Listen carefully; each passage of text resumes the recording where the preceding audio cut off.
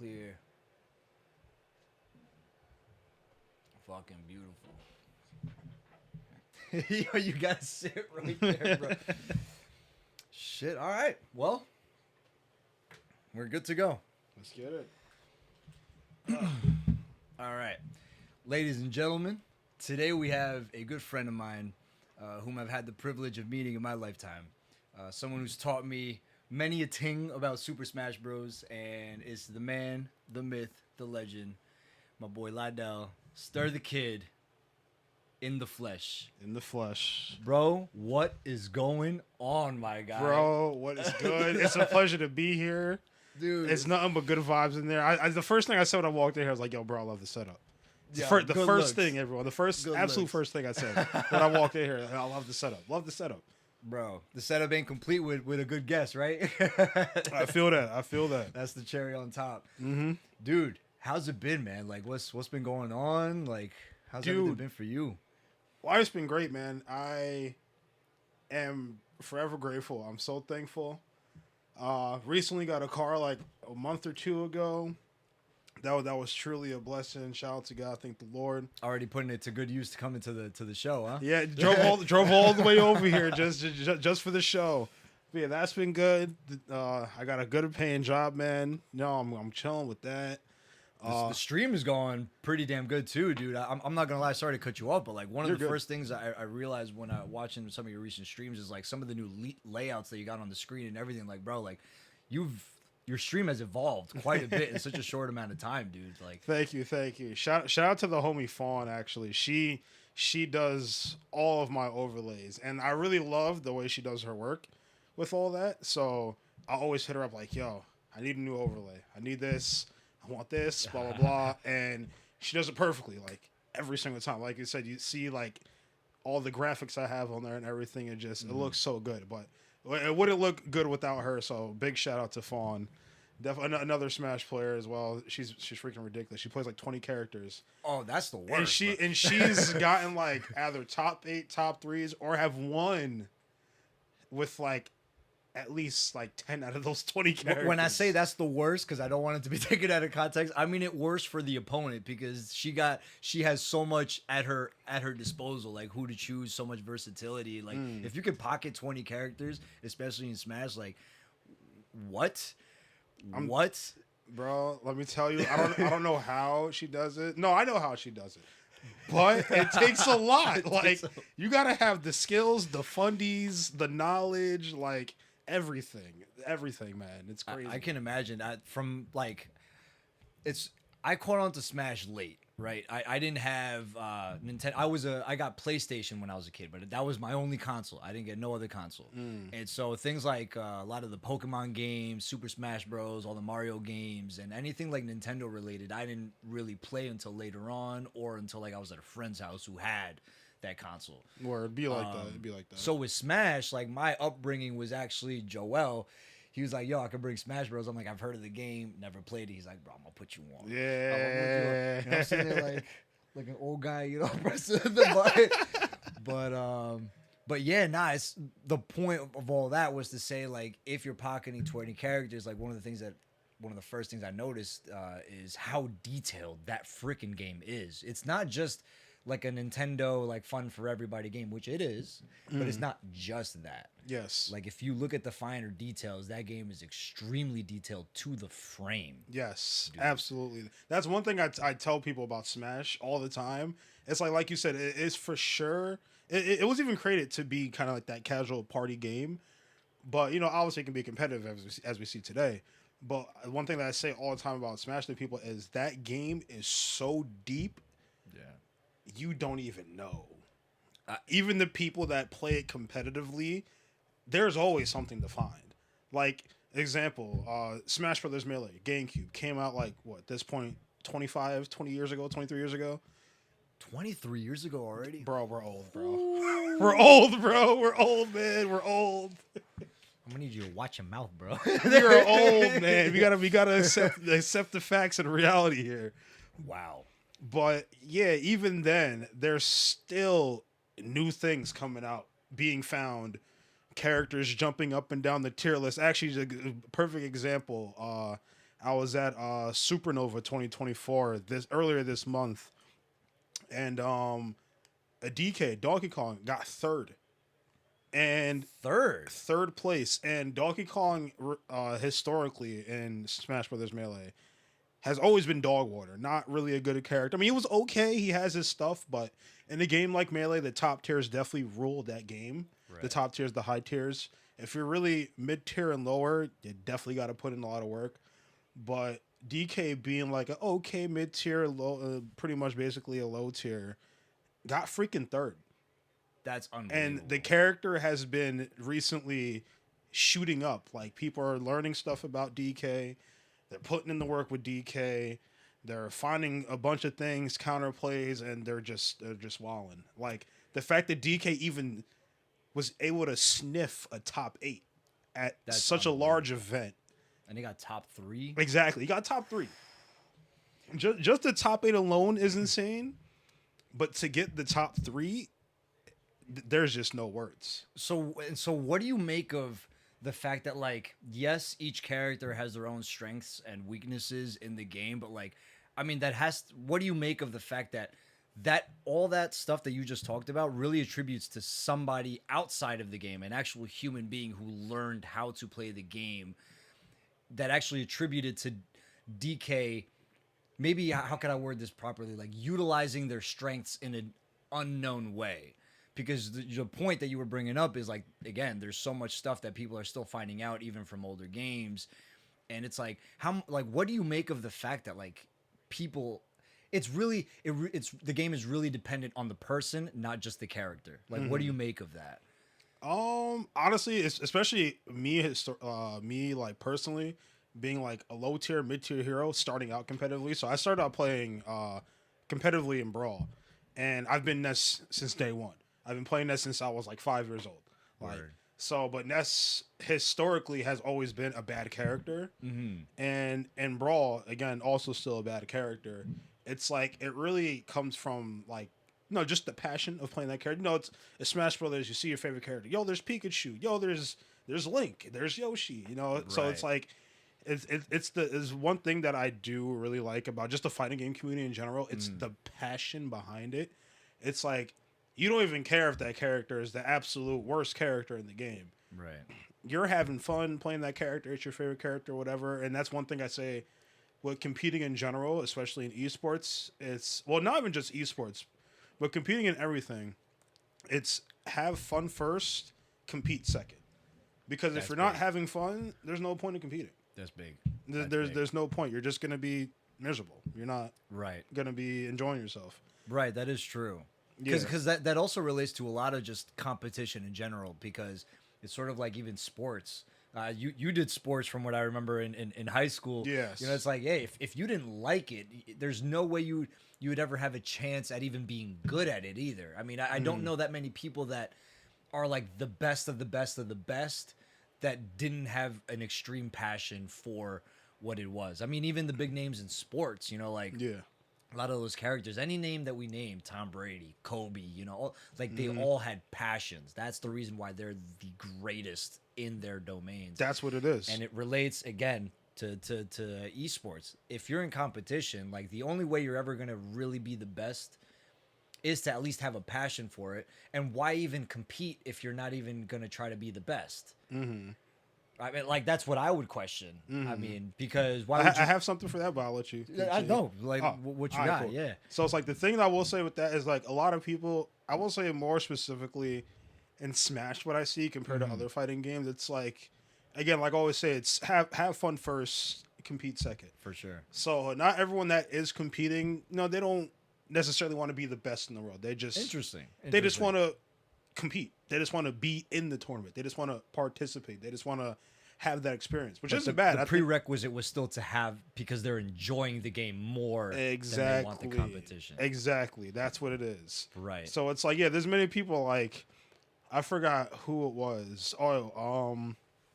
My boy Gabe, I compete with him over in Westchester. Gabo, very great Falcon. Oh, that dude's cracked. Like, he makes Ultimate Falcon look like he's playing Melee Falcon, but that's a different conversation. But yeah, he gave an example. He used to compete in Melee, actually. So he's more of like the stylish guy, going for the clips, going for the cool looking things.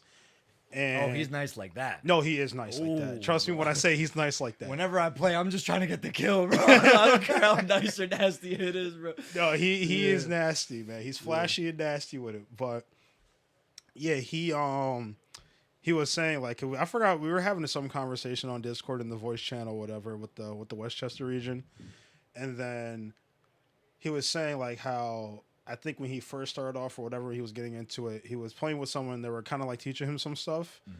And then the guy told him something and he's like, oh, but I don't want to do that. I kind of want to do this and enjoy myself. And the guy replied, he said, do you want to have fun or do you want to win? Mm-hmm. So that's where it kind of comes down to almost. It's like, and then again, with people, like I said, and most people know they want to have fun. So even if they're not going for the most optimal thing, the most guaranteed thing, they're having fun with it. Right. You know, right. and that's what matters most. Because again, if you're not having fun with it, why compete? And then again, you're just being miserable. You're just doing it for nothing almost. Right. You know? The cool thing about things like Smash and why the community, at least one of the things that I got from being around the Smash community is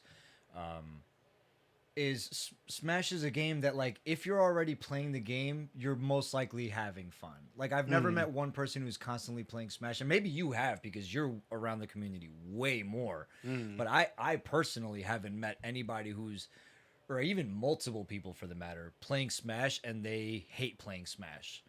I got a few. You got a few? You know, that's why I had to almost stop myself because I'm like, you know, I got a few. As I'm saying this, I'm like, dude, maybe Lydell might know somebody, bro. Oh, there's always that guy. You know, there's always that person.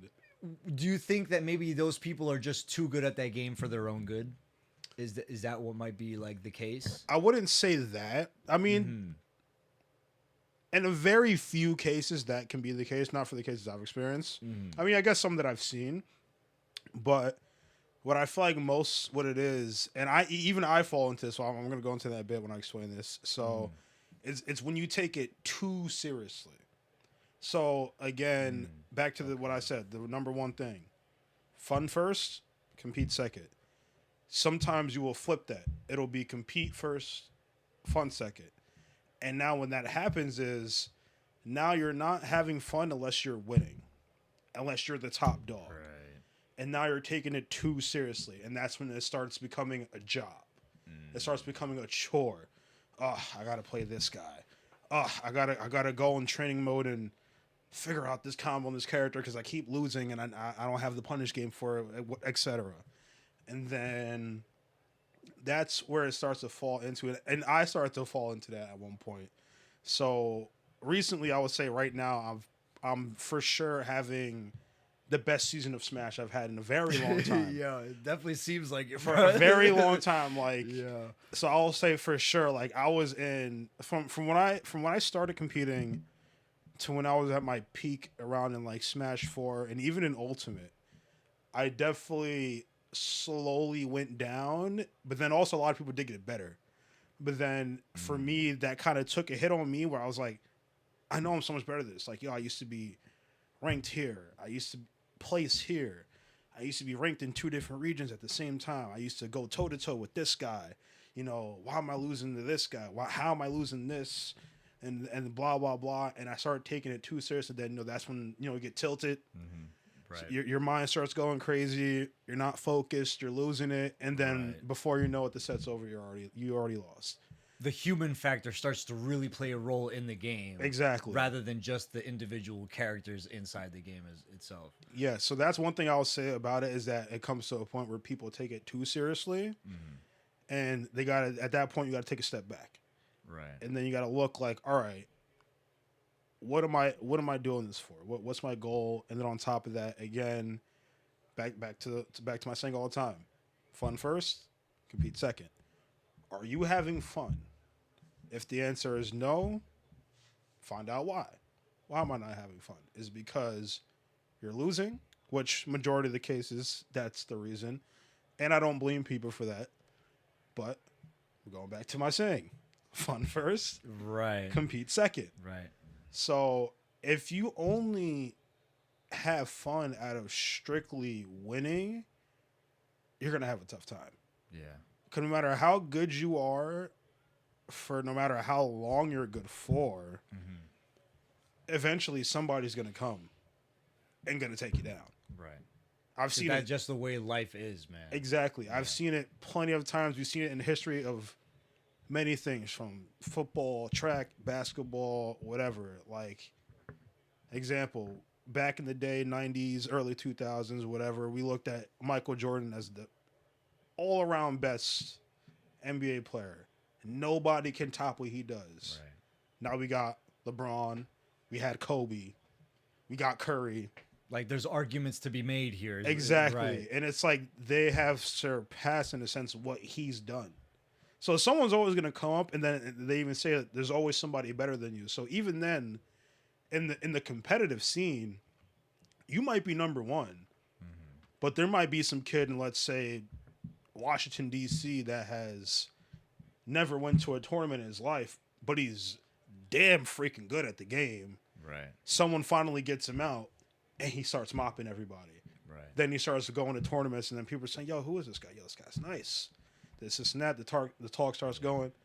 Then you finally play that that person plays that number one person. Then they beat him. There's always someone hidden, like as we like to call it in the fighting game community, like the hidden bosses.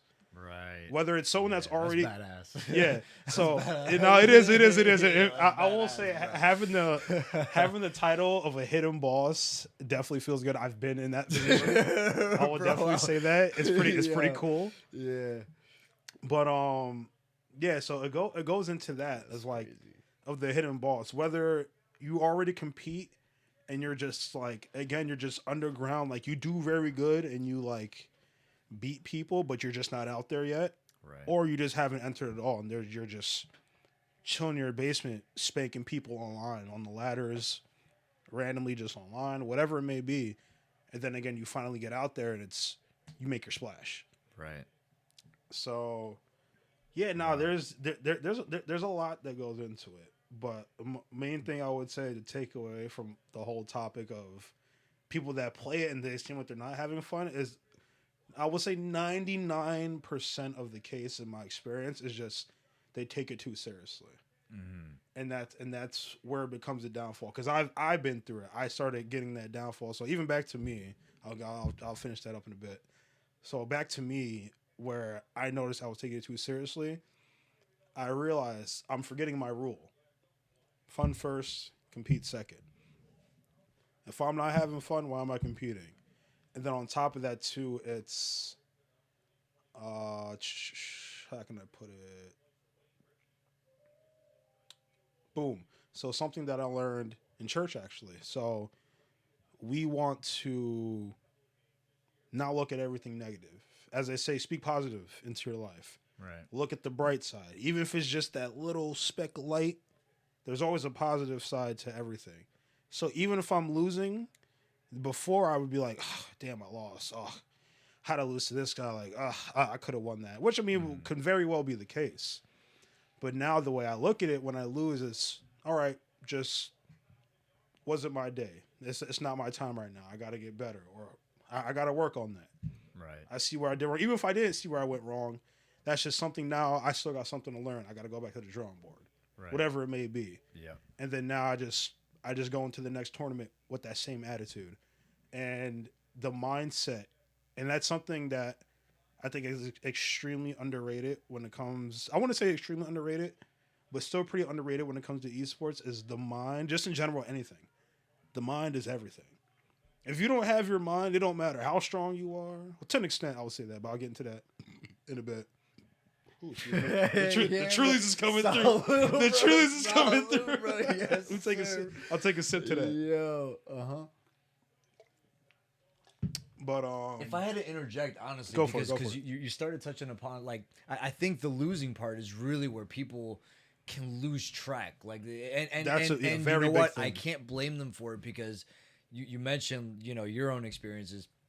I'm a human being as much as you're a human being. I'm pretty much fucking up all the time, rarely succeeding. But luckily, I can thank God for having some successes. But the point being here is that, like, when I'm playing Smash, one of the first things that I realized is, in the moment, I knew I wasn't gonna be like the hidden boss or like the top guy overnight. Like, I'm not saying I wasn't leaving myself out because it's a video game and the best person at the game happens to be a human being just like me. So I'm like, okay, well, at least I can relate to the best person in this game right now. Yes. Off rip. But the other thing is like, yo, I'm like, all right, well, in the meantime, I'm going to have to take some losses to actually learn about this. So losing can only help me if I'm paying attention. If I can be conscious of like paying attention of like, okay, if I want to have even more fun at this game, I could do this.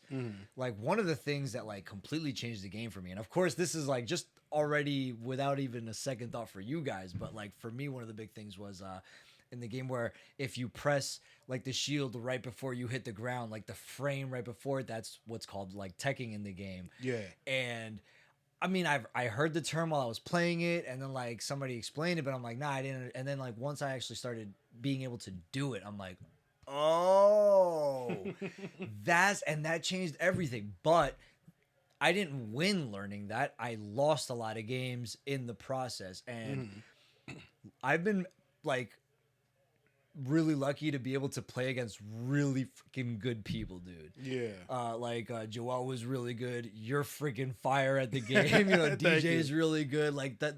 Like the whole crew is freaking nasty at the because you guys are all just like one-upping each other, and then like it's just that's inevitably you guys are gonna freaking do really well because you guys have a larger group as well. So there's more variety in playing styles, different characters. You're learning different matchups. Yeah. All local. Yes. You like on the daily. You don't have to really put that much effort like going to competitions or whatever. But anyways, the point being is losing, if you're paying attention, can change everything. Because if you're actually paying attention enough and are willing to make the changes without also having like that ego of like, no, I already know what I'm doing. I'm the best at this. Exactly. Like you also got to be willing to be like, yo, all right, I see where I messed up there. Like, actually, I'll go into that too. Ego is a very, very, how can I put it? It will humble you extremely. Bro, that game. And I have so many examples from different players and even myself. Like, I've learned to drop my ego, like, just completely. But that's the thing with a lot of people. It's, especially when it comes to competing, like, everyone always says, like, you know, have that confidence in yourselves. Believe you're the best. Which, of course, have confidence in yourself. Right. But you want to be humble with it. Because once you get, you know, the cocky, once you get that ego, that loss is, one, going to hurt you so much more, and two, it's only going to make you backtrack. Right. Because there's a lot of times you're going to have to let that ego die to proceed. Right. To proceed. That's a good word of using it, because it's not even just a matter of getting better, because sometimes you just don't get better during a day. Sometimes you backtrack a little bit. Yeah. But it's like, no, just to move forward. Yes. Just to move forward. Exactly. So, like you said with the techie thing, you know, you didn't become a top player overnight just simply because you learned how to tech. You were still losing, but what I was going to say to that is that's a step. You may have lost, but now you're getting hit less, or you're getting out of certain situations that you were in before that now you're not because you're teching. You know what I'm saying? Like, dude, I used to get so salty, bro. You know what I'm saying? I'm like, yeah, I'm having fun, bro, but not right now. Yesterday I had fun, not today, bro. No, I definitely get it. But like, that's the thing, and like that's one thing people have to realize.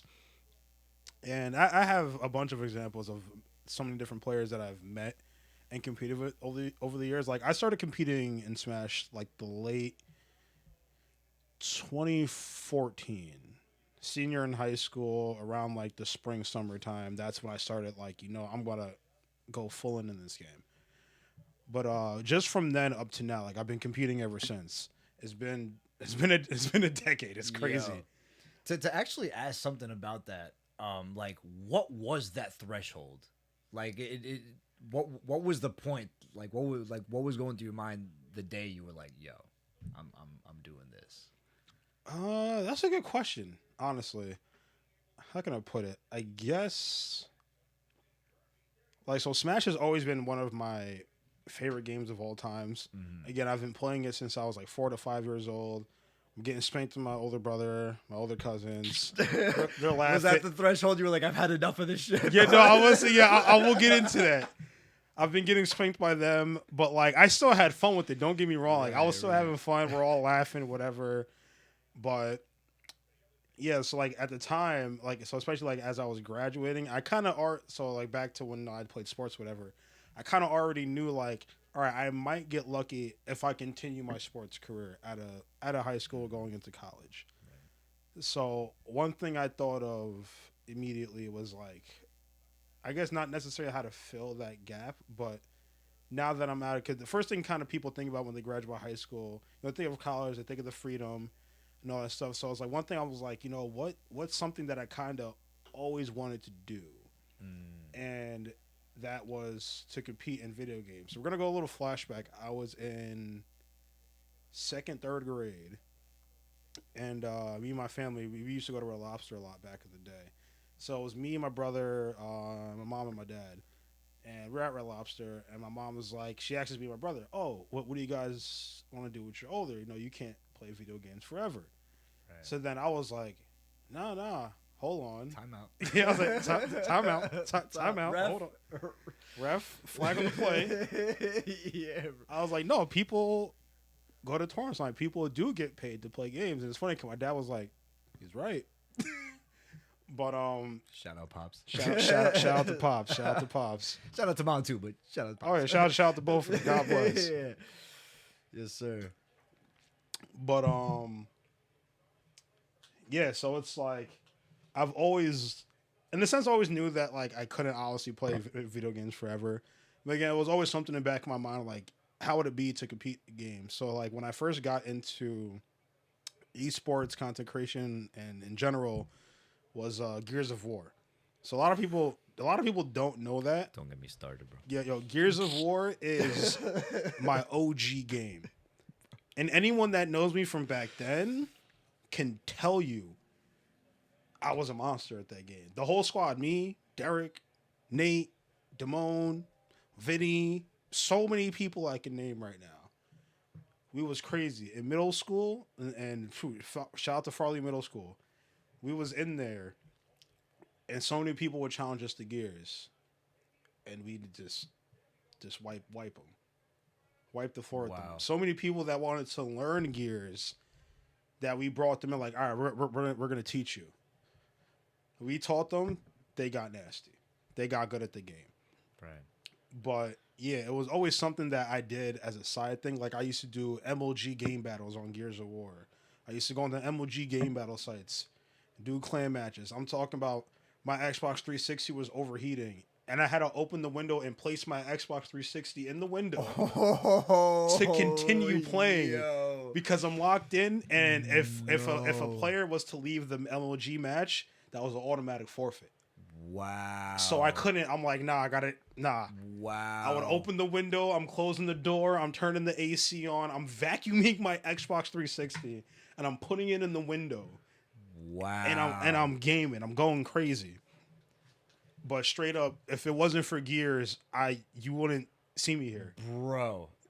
Sorry to interrupt. Go ahead. You might have to put me on, bro, because like, dude, I'm okay at Gears. I'm okay.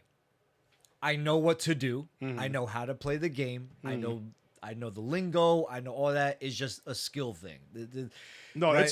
I say it to this day. Gears of War is easily, in my opinion, the hardest shooter to be good at.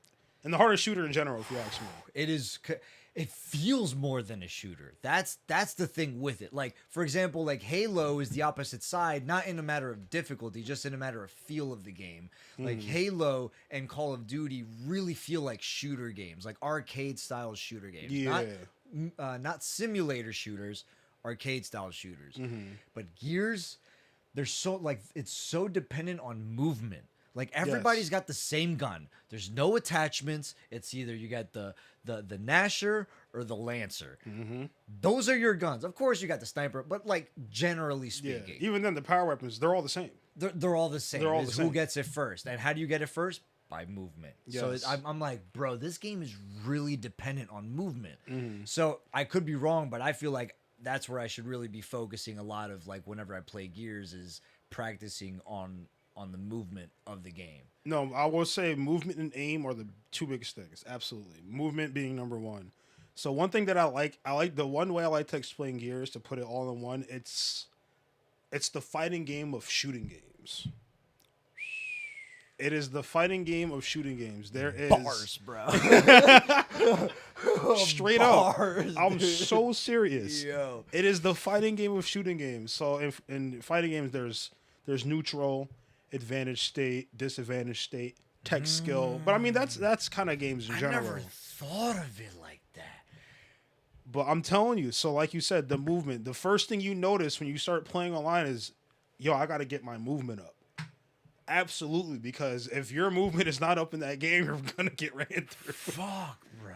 But it is the fighting game of shooting games. You got to know your movement. You got to know how to maneuver out of disadvantage or whatever. You got to know how to push your advantage with your movement, as they would call in traditional fighting, traditional 2D fighters, your footsies. You got to have your footsies, your movement, your fake outs. My brain is blown right now. Like my it's just Yes, Dude. yes. I'm telling you. You got to really know how to use everything that you have. Just like, again, we'll go back to the whole DK melee thing. Not a great character, but the players eventually learned that, you know, you got to use every single thing you have, even if it's in a once in 1,000 chance of a situation to happen. If you know that, that's going to help. Squeezing every last drop out of the character. Like, Yes. like knowing every single move that they got, what their advantages are, and where their weakness is. Mm. Because obviously, if you know their weakness, you know to stay away from those things. So Yes. that changes all of the gameplay. Mm. 100%. Like in Gears, I try to stay to the outside because I'm not that good at having potential enemies all around me. Of course, I'm sometimes in the middle of the map. Where I could have an enemy anywhere, but like that's just a matter of the game. But Yeah. I try to, like, if I can, I try to like sort of play and try to train in other ways until I can get my sensitivity up, because I'm just trying to get a hang of the aim. It's taken me a really long time to get a hang of the damn aim. No, of that game. it's hard. It's definitely hard, especially because like in Gears, like, so it's like, you know, like Call of Duty, Halo, your traditional first person shooters. As you either have the crosshair already on your screen, or you aim it and shoot. Which usually the aim it and shoot usually helps you, especially if you have your sensitivity high or whatever. With Gears, it definitely could help you, but the thing is, it can also put you at a disadvantage. So that's why most of the time, especially with the shotgun, you don't see people aiming in like that. They're just straight blind firing. Blind fire. But you got to know how to hit those shots, how to aim with it, how to move while also hitting those shots. Like, space between the characters. space between this. Yeah, so when you know if you're going to get that body up close with the shotgun or not. And even that, go back to like why I call it the fighting game of shooting games. Like you said, the spacing. How safe that shot is. Am I going to get the kill at this distance? So just like in fighting games, spacing your hitboxes to make it safe, to make it unpunishable. How you can use the wall between a character to yeah. Yes. Because like when you're moving, that's also part of the aim. Like it's the two categories, and then there's also like a third category that involves both of those things in combination of each other. Yes. The movement and the aim. Yes. Like that's Gears is. It's so crazy how when you said it's really the fighting game of shooting games, that legit changed everything for me just now. Like I knew movement was a thing, and I was talking about that right before you made the point, but I'm like. The way you just articulated, that just changed everything for the game for me. Like, see, when you look at it that way, you really realize Yeah. how deep Gears can be. That game is also extremely deep. But that's the thing, too. Like I said, so the thing with the aim and the movement. So even when you're wall balancing, your strafing or whatever, especially when it comes to with the shotgun and your hip firing or blind firing most of the times, is so if you're going one way, you know, your shotgun will be facing this way or that way or this way as you're moving. So you can use that to shoot. So if you're sliding this way and your shotgun's shooting this way, but your cam is facing the enemy and you shoot, you're not going to shoot straight. You're going to shoot that way because your gun is that way. So you also have to know how to turn and use and move your character with it. And then also knowing how to use the camera to turn quickly or whatever to get around and boom. boom, Right. boom. Like that's what it is. Yo. I'm so serious. And now I guarantee you, now that I've said that, and you go watch just like a random Gears montage, I prefer mine, by the way. But SteRxThaxKiid or Mr. Gears Award 22. Check that out on YouTube. There you go. But yeah, you can just see everything that I just said, and you look at the character and how the player is moving and stuff. You will see exactly what I'm talking about. You can even get certain shots that are damn near hard to do normally by abusing that. Wow. So some people will approach a certain way and move their character a certain way so they can hit a certain shot a certain way. Dude, yeah, this changes everything because, like, what that really points to is actually just how detailed just the shotgun is. Yes. Because if you're with a Lancer, you're playing a totally different game, especially in regards to movement, aim, and the combination of the two. Like, Lancer, what I like to do is, if I know I'm getting beat off rip, like, let's say I'm 0-2, right? Let's say I get killed twice immediately from playing with the Nasher. Okay, I'm playing too aggressive. All right, how can I still assist my team because it's still a team game? You're not in a lobby of 60v60 like Battlefield, for example. You're playing a 5v5, generally speaking. Also, just assuming it's not like a sniper battle or anything. I'm like, okay, I'm too aggressive with the Nasher. I'm not doing that great to start off with, but I also don't want to lose hand of this game because you don't want to fall behind too early if you can get the chance to change it up. Yeah. So, okay, change strategy. Lancer, suppressive fire.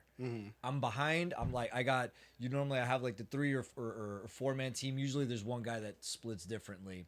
You could have at least a 2 or 3 man, and then like you could be behind the bigger squad straight up with the Lancer.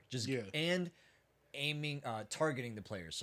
Pinging the players. Yes, that's a great thing. I'm glad you said that, 'cause that is a very big thing. Right. So even then, also mind you, what I did explain about the gun and the aiming, it applies for all guns. So even the Lancer, I mean, it's not as much use as the shotgun, but again, if I'm looking this way, but my camera's looking that way, if I'm using the Lancer, I'm going to shoot this way instead of where my camera's facing. Right. So that plays into a lot with many, and you can abuse it and use it in many different ways with many different guns. So that's how it works too. But like you said, that's also a great thing with the Lancer, like, and that helps too. So like what we call it in our clan with GC and Matrix, with Derek and everyone, we call it icing.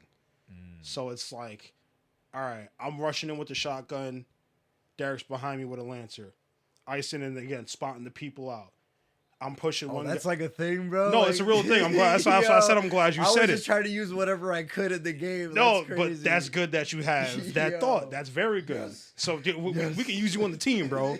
We can use you on the team, bro. We can use you. We out, bro. We out. We got you. So yeah, it's that. So now on top of that, that's added pressure. So now you're shooting. So let's say I'm in the 1v2. I got a guy rushing me.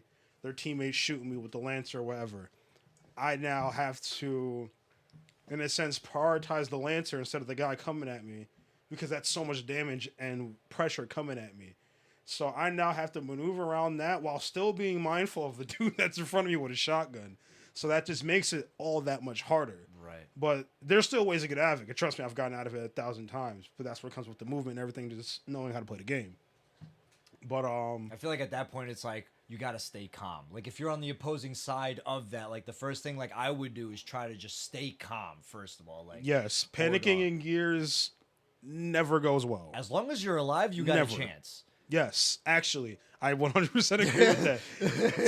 Take all the chances you can get in Gears because a lot of people take a couple Lancer shots along the way. So be it. That's what it is. I'm telling you. So it's like, yeah. Like I'm glad you said that because that's a big thing in Gears, especially when you watch the Gears esports games, like the top level. You'll see you'll have like 3 guys just pinpointing 2 dudes, Lancer. 2 guys are going in with the shotgun, right? And they're just wilding out. You know what I'm saying? So it's like we got a big dog here. So we're just chilling, and they're just going at it with the Lancer, and now that's so much pressure. It's the definition of you got to pick your poison. Right. And then you got to somehow think fast, think quick. What can I do? What's the movement I can abuse here? How can I even if you know you're gonna die, it's like what can I get the best outcome for my team? Can I at least take one guy out? Can I at least injure one guy while I go down so my teammate can just get a shot? Go on out him? with a bang, bro. Yes. So it's like there's so much Yeah. that goes into it. And like I said, Gears is like, as much as I say Smash is deep, Gears is so deep, man. Like that game is to the core. But I mean, like what you pointed out, like the commonality between the two games is, one, it's the actual player on the controller that immediately affects everything in like not everything. Sorry, a good majority of the gameplay. Like how let me even pinpoint it a little bit more. How resourceful the player is. Yes. They know what to do and what not to do, what to use and what not to use, how they can use what to use, and how not to use what they're using. Yes. Like there's already a lot of like hierarchies within the hierarchy of like what to do and what not to do with the game. I forgot what the second point was going to be, but I feel like even just that alone is a major piece into what's going on in the game. And yeah, now like, dude, that's why I'm saying I feel like, oh, the second point was actually going to be, yes, what I was just about to say, thank God, is going to be that like every game, all the way down to sports, talents, whatever you do in life, there's fundamentals that like, no matter how good you are, if you're not following the fundamentals, you're going to lose. Yes, 100%. Like there's fundamentals to play the game. 100%. Unless you're playing Steve in Smash Ultimate, shots fired all the teams. I'm gonna say that right now. I hate that character. That character ignores the rules of Smash Brothers. But no, we're probably gonna get into that later. But yeah, let's do it, man. Let's do it. Wait. So no, I don't know what it is that you're talking about. So who's this and what's going on? oh, Minecraft Steve in Smash Ultimate. Number one character that I absolutely did not want in the game, because I knew if he got in the game, how ridiculous he was going to be in the game. And I know most people, well, I can't say most people. I'm not going to speak for most people.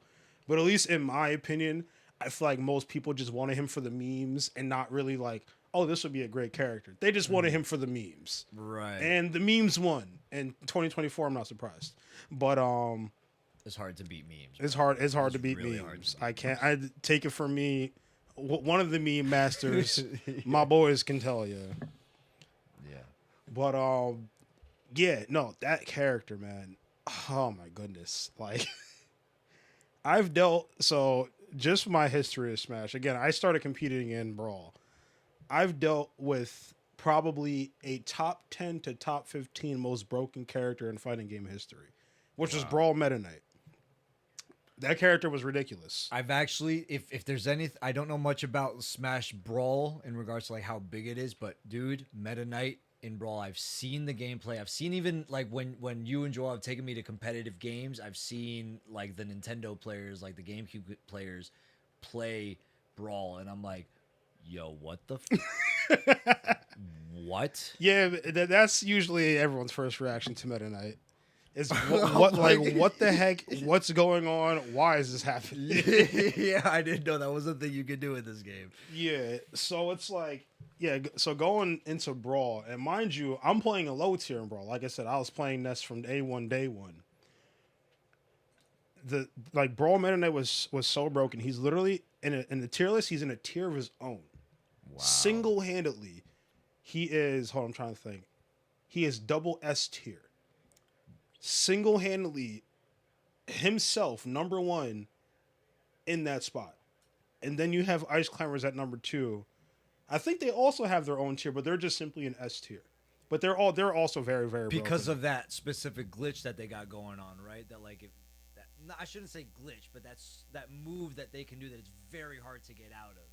Oh, no, you're thinking of melee with wobbling, but regardless, okay. Yeah, I mean they don't have wobbling in Brawl, but the thing is they have chain grabs, and their chain grabs are ridiculous, and they last until any percent, and on top of that, they can get a kill off of it.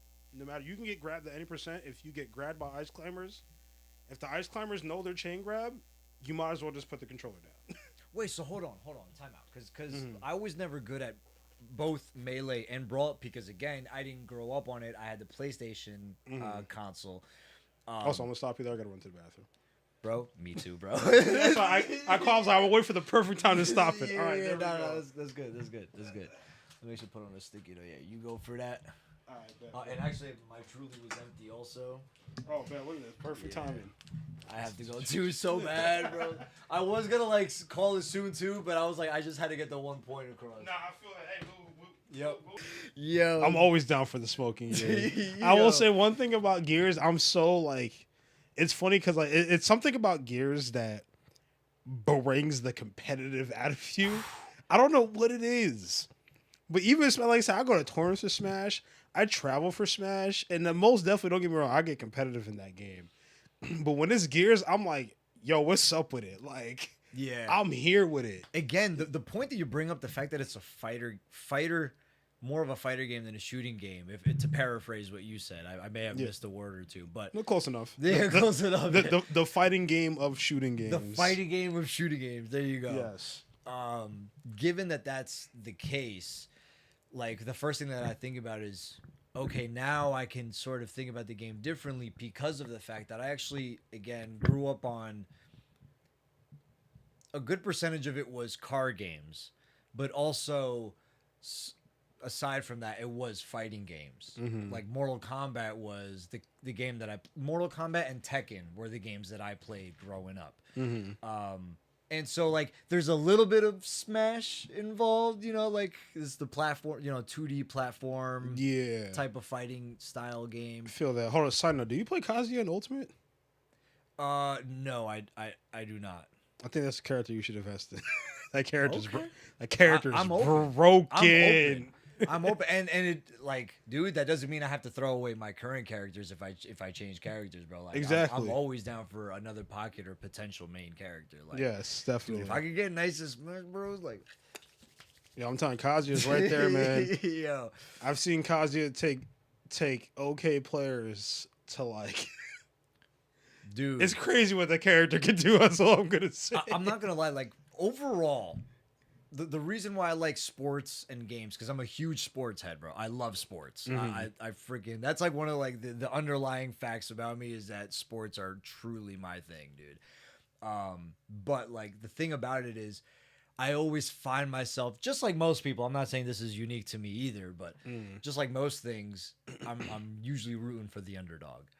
That's And most people. I feel you that. know I do the same thing. Yeah, but it's like, oh, I love it so much. It's awesome. It's so freaking cool. And so being an underdog doesn't usually mean that you're like the worst character or worst player. It sometimes also means certain other things, like either your opponent is just so good, like you might be good, but you're just not known as or not seen as or really truly don't normally play as good as your opponent. Exactly. I know. I get it. You know what I'm saying? Like there's different factors as to why you might be an underdog. Mm-hmm. But I don't know. It just, I feel like a lot of it is such a storyline that's created. Like even as a competitive player, you could think about like you can tell stories. You can be like, yo, I made it this far, or I beat these players. I beat like a hidden boss. Trust me, I can tell you, just me personally. But again, like one thing, it's funny you bring up storylines. Like one thing that the community kind of complains about with Ultimate currently, and like, not even just currently, but even like a little bit in the past, is like there's not as much storylines compared to Melee, Brawl, and Smash 4, which I do kind of agree with. But there's always the thing is, there's always gonna be a storyline that's gonna happen, no matter how long it takes. Right. But that is for sure a big thing. Like the storylines, the grind, watching something happen and become what it is from where it was. Right. Is such a big thing. Like I 100% agree with storylines, just in anything. Like shoot, just simply someone graduating high school. Like graduating college, someone building a PC, making a YouTube channel. Like, you know, like storylines are very important for everything in life, really.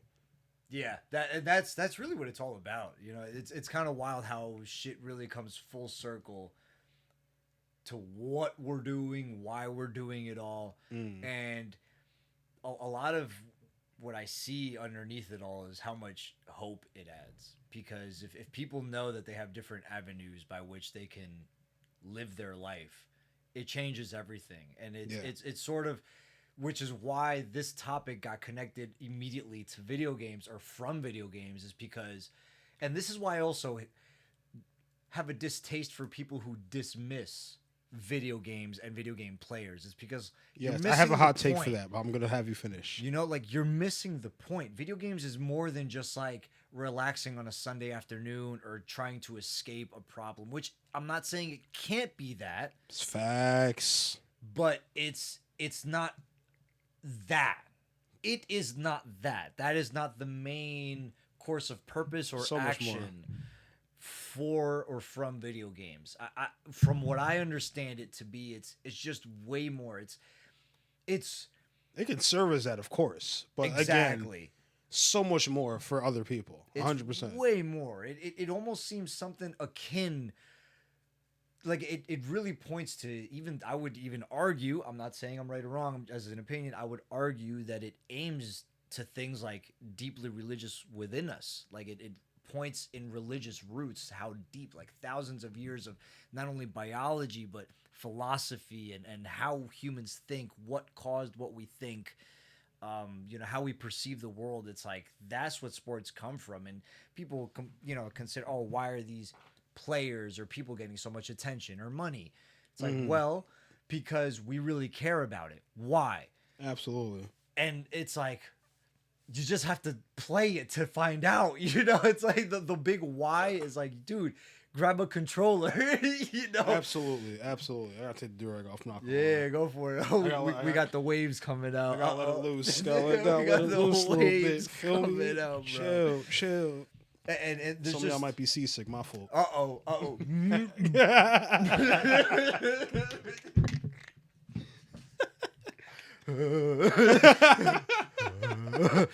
It's like, I don't feel so good. Look, I got the dog up. Look, my fault. I got you seasick, fam. No, get off my durag. Like, no, get off the durag. I need this. He's like, I'll save you, fam. I'll save you. No. No, come on. Not my durag. This is the good one. So this is put that like over here. Yeah, I'll put it right here. You're trying to get my rag. No, you're not getting it, bro. Yeah, he thought he could go over there. No. No. Hey, no. Down, you know. Down. Come on, Bubba. Come on. Relax. We love you. But you can't be hopping right now. If you want a do-rag, I'll get you one, bro. Like, you just might have to. Yo, I'll get him a do-rag. He saw the colors and the rag, like he said, oh, it's got to be a toy. Bro, like, the ongoing joke, funny enough, is I don't know why, like, this is just my yo, down. Stop. Sit. Good boy. Just chill. If you chill out, like, he'll show you love. Don't worry about it. Come on, I'm gonna give it to you all day, man. He's got no problem. And you gotta remember, man, I had another goal with this. So it's like he's seen it, bro. There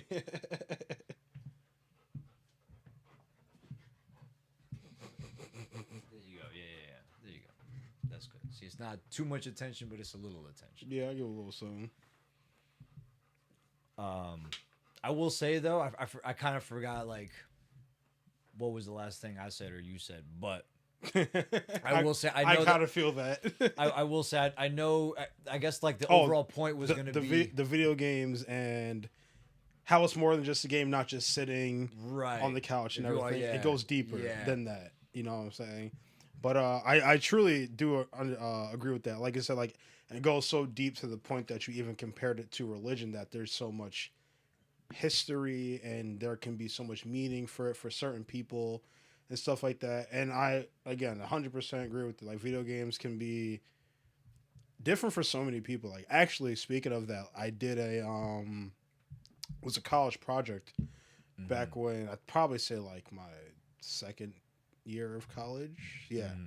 And I forgot what I guess the goal or the topic of, like, the premise of it. Yeah, like the premise of the project. Like, I'm trying to remember what it is. I think it was something like, find something that is like that can be beneficial to you or whatever, that is like out of the norm or whatever, something like that. So of course I picked video games.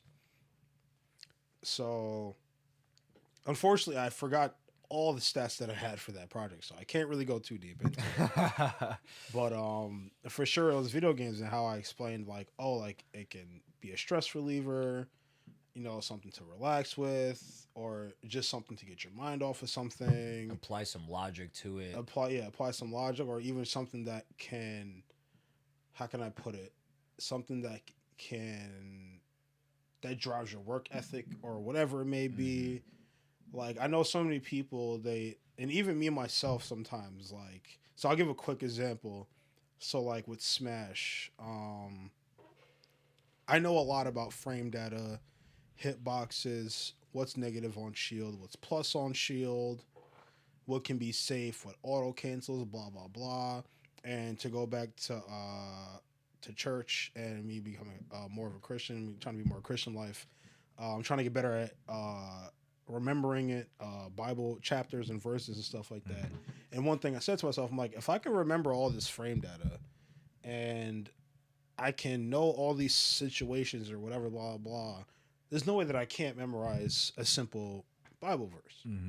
What book it's from, the chapter, and the number verse. You know what I'm saying? So it's like, if I can do all this, I can definitely do that. You know what I'm saying? So knowing that I can do that, I'm applying it to something else. And I'm using that strength, that knowledge that I got from gaming to something else. It's pointing at like the capacity within a human. Yes. Of what they're able to do. And because like the overall point before that, what got you into that, what you just said is that I also want to like make sure I'm getting correct, is that I'm not comparing video games to religion. I'm saying they point to things like religious actions that we do and how deeply embedded within us, how life-changing it can be, and all the different aspects of video games that really relate to life within itself. Absolutely. I mean, video games stem from life. People think that like video games came first. It's like, no, life came first, and video games come from life. Yeah, as I say, art imitates life. Exactly. Video games is a form of art, if you ask me. There you go. Yeah. And it's the way we can sort of quasi-embody life from a different perspective. We can be the hero for a night. You know what I'm saying? We can be that character for an evening or for the week. That at the turn of a power button of the console, we can be the hero. Yeah.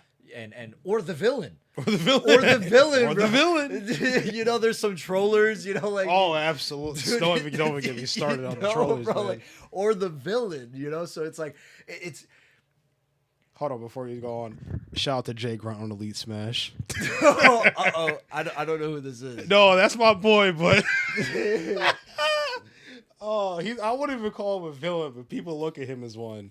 Yo, bro. But that guy, Jay Grunt, man, that's a great guy, great But see, player. that's what it's about. That's what it's about, though. There and you it's go. like, yo, like video games is more than just like something you do after work. It's like, again, it can be.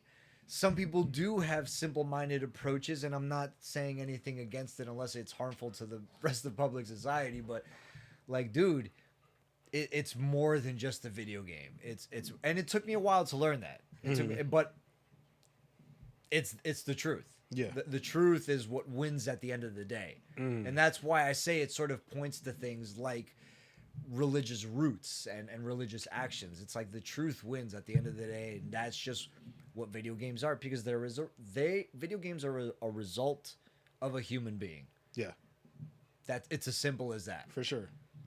I definitely agree with that. It's the human embodied in a different form that everybody can play.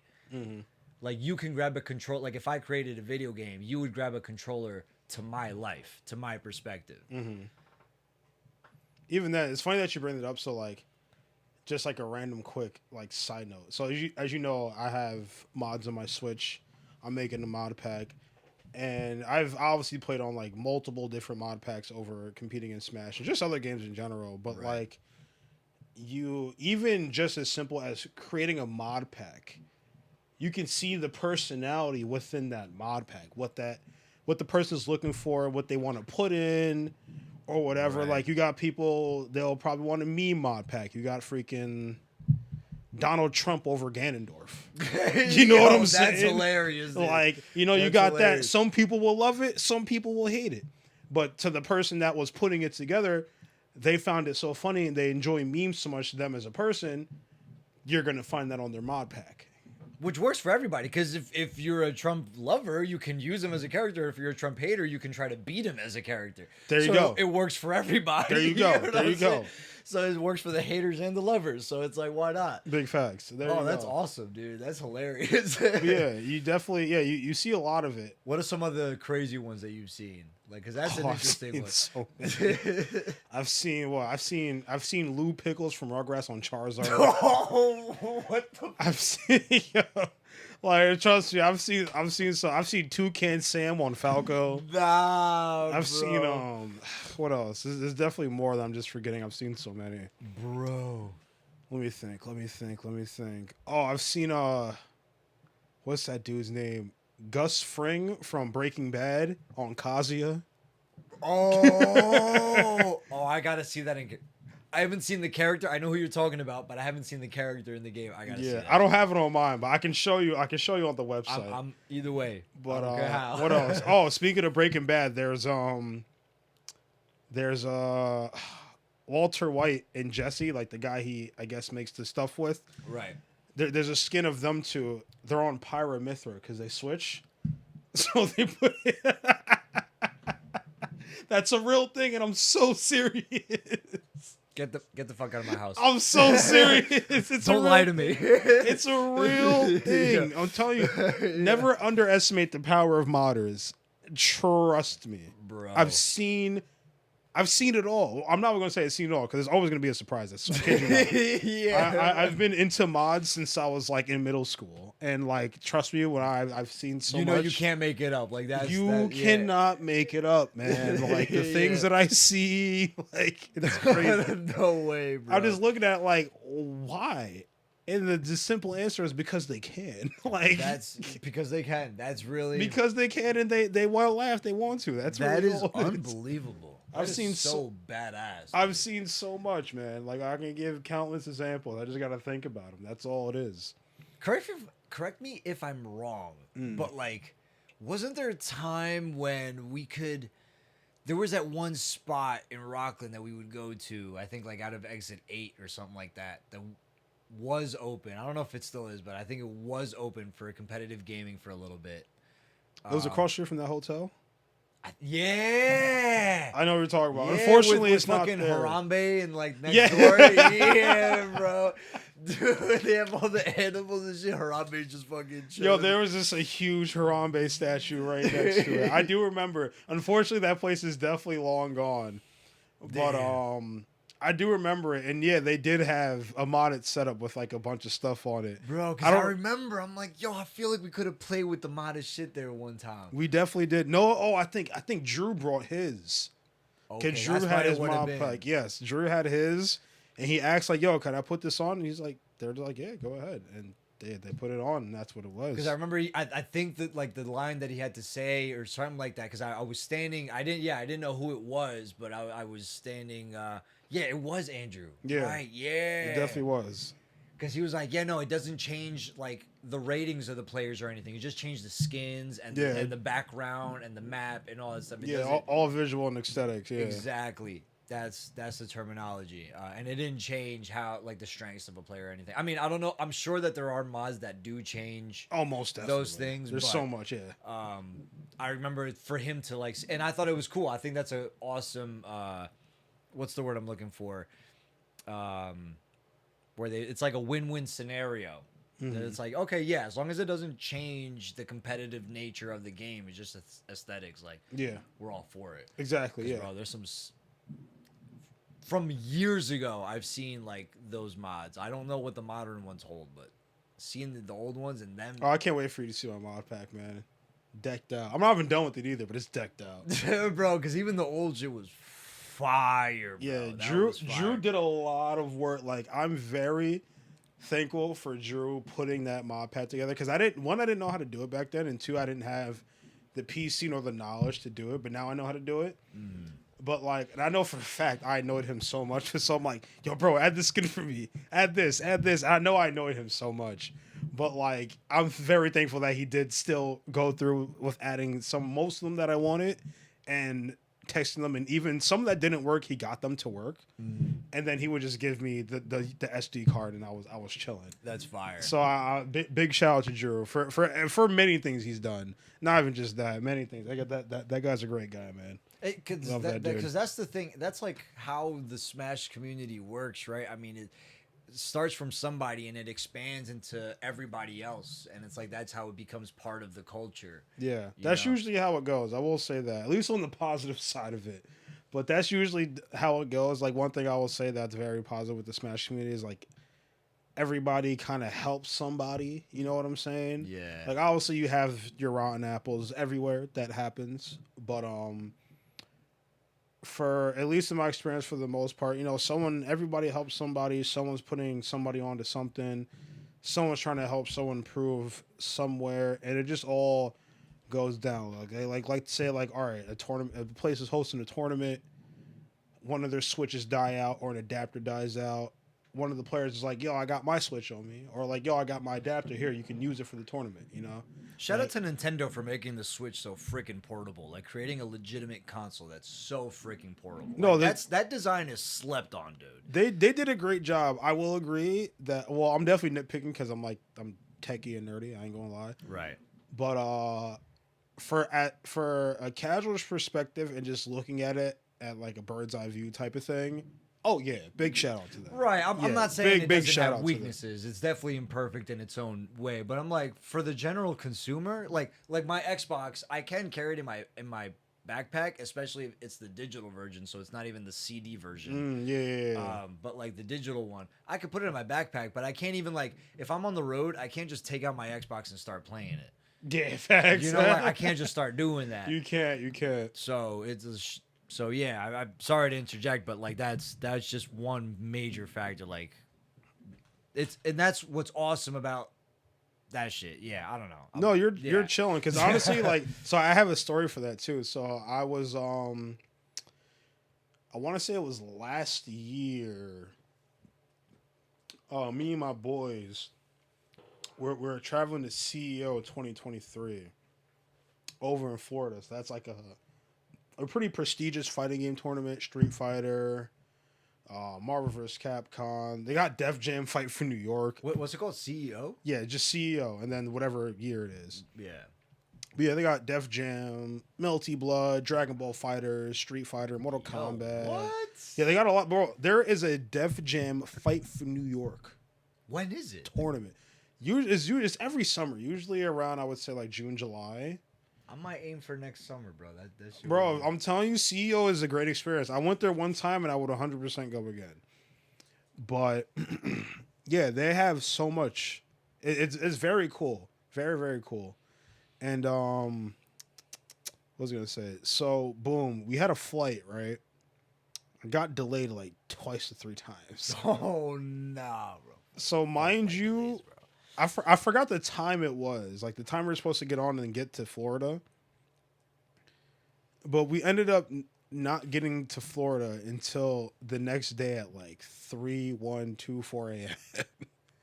We were supposed to be there the day before at like 8, 7 o'clock. But I forgot what happened, what was going on. But it got delayed OD. But like, because that means you basically had like the day planned out for when this situation is happening. Like, you're like, bro, I'm supposed to be doing something else right now. Yes, we were supposed to be in the hotel, gaming, chilling, whatever it may have been. Yeah. But it all worked out still. It was pretty chill. But what was it? So, but back to the Switch and its portability and it's like what you can do with it. So like, it's like at this point, like what? Midnight, 1 a.m. I'm sitting here getting drinks at the airport because what the heck else am I gonna do at that point? Yeah. I'm just waiting for the flight, man. I'm trying to get facts. Sips for that. Hold on. I'm trying to game, like, I'm trying to get ready for this tournament. But so I'm chilling, and then my boy, the Falcon player, Gabe, shout out to Gabo. He's like, yo, Stir, you got your Switch? I'm like, yeah, of course, you know it's in my bag. he's like, yo, set it up. And like a thing that I forgot, so I have a USB-C to USB-A adapter. Mm-hmm. So I can plug that at the bottom of the Switch, plug in the one USB of the GameCube adapter. I put it on like a place it can sit at, whatever, and we can just play on it with the GameCube controllers. And I had the modded setup. Ready to go. And like, Yeah. we were just sitting there, standing up, gaming. Playing Smash in the airport, like straight chilling, and people were walking by like, yo, they got this whole, what the heck? Like, they're looking at the USB-C to USB-A adapter, the GameCube adapter, the breaking necks at Yeah. LaGuardia. At LaGuardia, facts. No, OD. So like, yeah, we were just out here gaming, and like that, like definitely held us down for a bit. And then even on the way back home, we was waiting. Thankfully, that wasn't delayed. Oof. But yo, I caught. Nah, you're good. That shit's not actually tethered to anything. No, I knew, but like I leaned a little too much. It should technically be tethered to the edge of the freaking trim. Yeah, if you push it back, yeah, it should be good. Literally right there, you should be fine. All right, there we go. I knew it too, but I just went too far back. I was like, oh snap. Yeah, as long as you're not pulling, you could still probably lean on it, just like as long as it's hooked up there. Bet. But you were at the airport, at the airport, and then this is our flight back, and then I think my boy Gabe, he ran into someone that he knew from the community that he's pretty cool, pretty good player. Forgot his tag, unfortunately, but he comes to me, he's like, yo, Stir, you got your Switch on you? I was like, yeah, bro. What you need? Yo, I'm trying to play this dude over here real quick. I don't know. I feel like he money mashed him. I don't know if he money mashed him or not. But I think he did. Knowing Gabe, he probably did. Yo, but it gets real sometimes, bro. Oh no, as they say, yo, this Smash Bros stuff gets serious, man. It gets real serious. But yeah, he's playing them, and I'm just sitting there like the whole like 2-3 hours we're waiting for a flight. They did not move from that seat, bro. Like, wow, they're sitting there going at it.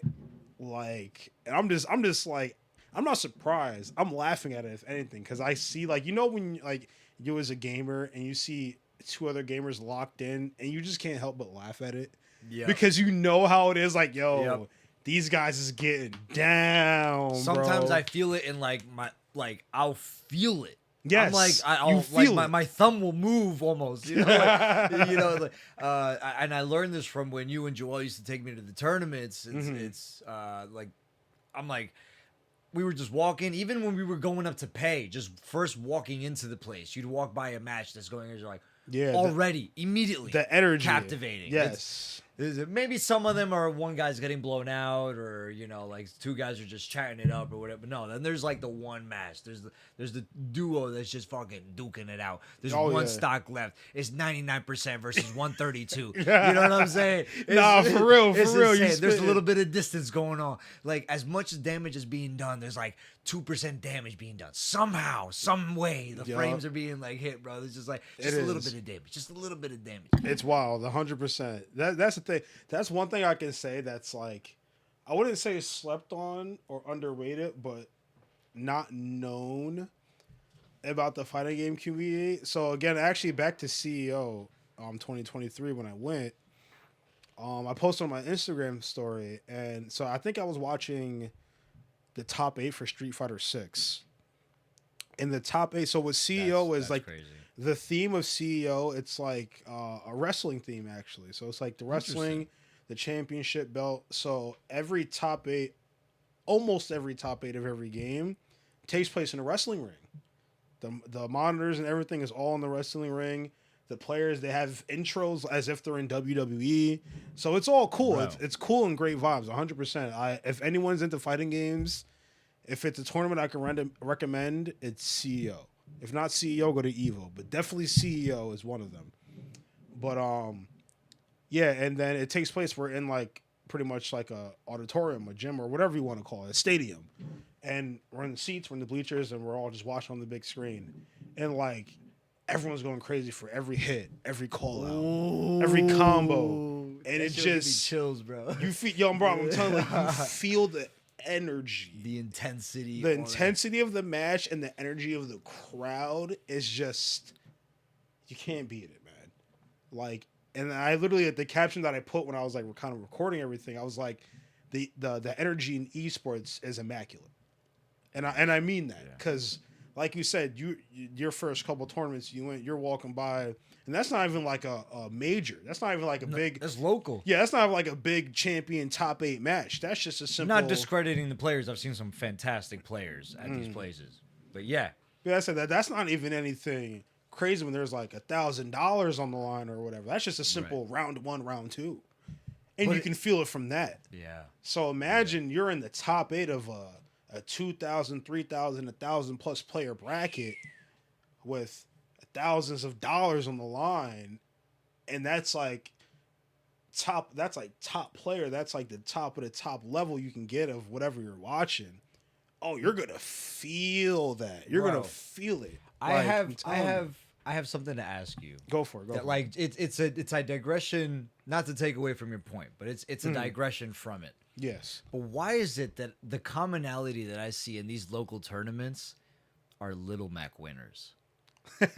What is going on with that? I mean, like, I don't know how it is now. I'll admit it's been a while since I've been physically to the competitive scene. But the last time that I left off at it, in multiple locations far from each other, it's usually like Little Mac winners or Little Mac like runners up.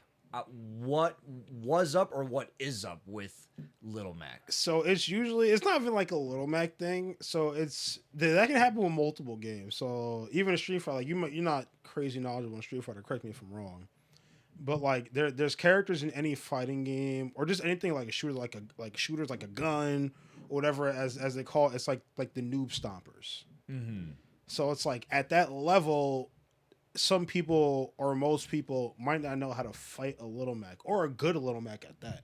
So you might be able to know how to fight a Little Mac, but not a good Little Mac. That's totally levels away from where that player is at. So that's one thing too. It's like if the person doesn't know what to do against Little Mac, he's an absolute noob stomper. He is going to... No wonder I get my ass kicked, bro. No fucking wonder, bro. I can't be little... Like, I could be the okay Little Mac, but not...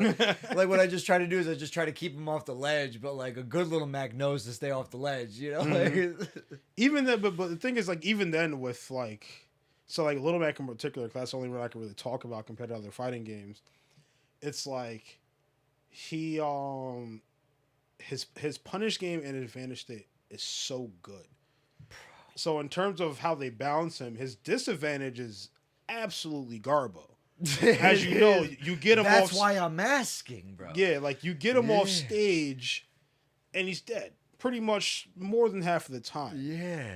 But the thing that I tell people, especially that people that are new to Smash or like they're in it but they're still learning or whatever, it's, all right, you're not wrong. You get Little Mac off stage, but you got to get him there first. Yes. You start off the game. Yes, bro. Yes, you start the game off. You're both on stage. How do you get them off? And that's the step that they don't have yet. And Little Mac thrives on stage. So that's the thing. It's like, if you don't know how to handle him on stage, you're not going to get him off stage. So would you say, like, if you're looking at the platform, right? Mm-hmm. Like, looking at it from your perspective, from your point of view, if you have the stage, does that, let's say this is the stage right here. For those who can't see, that there's a table, like, right in front of me, pointing directly perpendicular to Sterthakiid over here. So does that mean that, like, if you're Lil Mac, you're, like, trying to play, like, a triangle game where you're trying to stay centered to the stage, but you're kind of playing to this triangle, or like, what are you doing? That's one way to look at it. Like, that is a good example. Like, I have no idea. That is a good example. That's not definitely a bad way of thinking, because some Mac players do play that way. But the thing is, the higher level you go and the more the Mac player knows stuff, like, there's stuff that Mac can do at ledge. Like, if you ask me, Little Mac is actually probably one of the best ledge trappers in the game.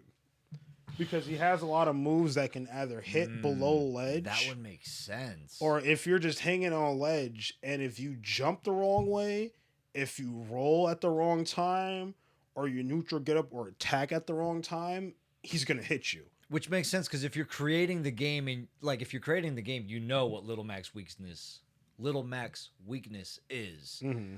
And so in turn of that, like you could capitalize on that by making players realize that, hey, look, if you're not playing this ledge correctly, you're going to pay the price for it. Absolutely. And that's the thing about Little Mac that, like you said, you'll see at the local and the lower level, like there's so many Little Macs that do well or whatever. But it's for that reason. It's because everyone knows how to deal with him in his bad state. But how do you deal with him when when the ball is in his favor, in his hands? Right. And that's where it gets scary because his advantage state is very, very good. And then people, they try to like brute force or whatever, but you can't do that because the smash attack has super armor. Mm-hmm. So if you attack and he knows you're going to attack and try to hit him, he's just going to throw out another attack. He's going to eat your attack, and now he's hitting you, and now you're getting flown off the stage. Right. Or you're taking damage or you're dead. Because when he's not on the ledge, his movements are very quick. They release very quick. They impact very quick. Yes. And they're very powerful, dude. Exactly. Like, you better watch out if you're getting hit by one of those punches, dude. Because, especially like some sort of uppercut or, I could go. That's why I'm asking this question is because and it makes sense. Like now I could understand why these Little Mac players are winning so many from what I've seen local matches because if you're just a normal player, even within my friend group, I don't have a lot of Little Mac. I don't know a lot of Little Mac players. Like I've never really seen you play Little Mac. Not that you can't play him. I never really. I fake have a good Mac. Fake. I fake got a good Mac.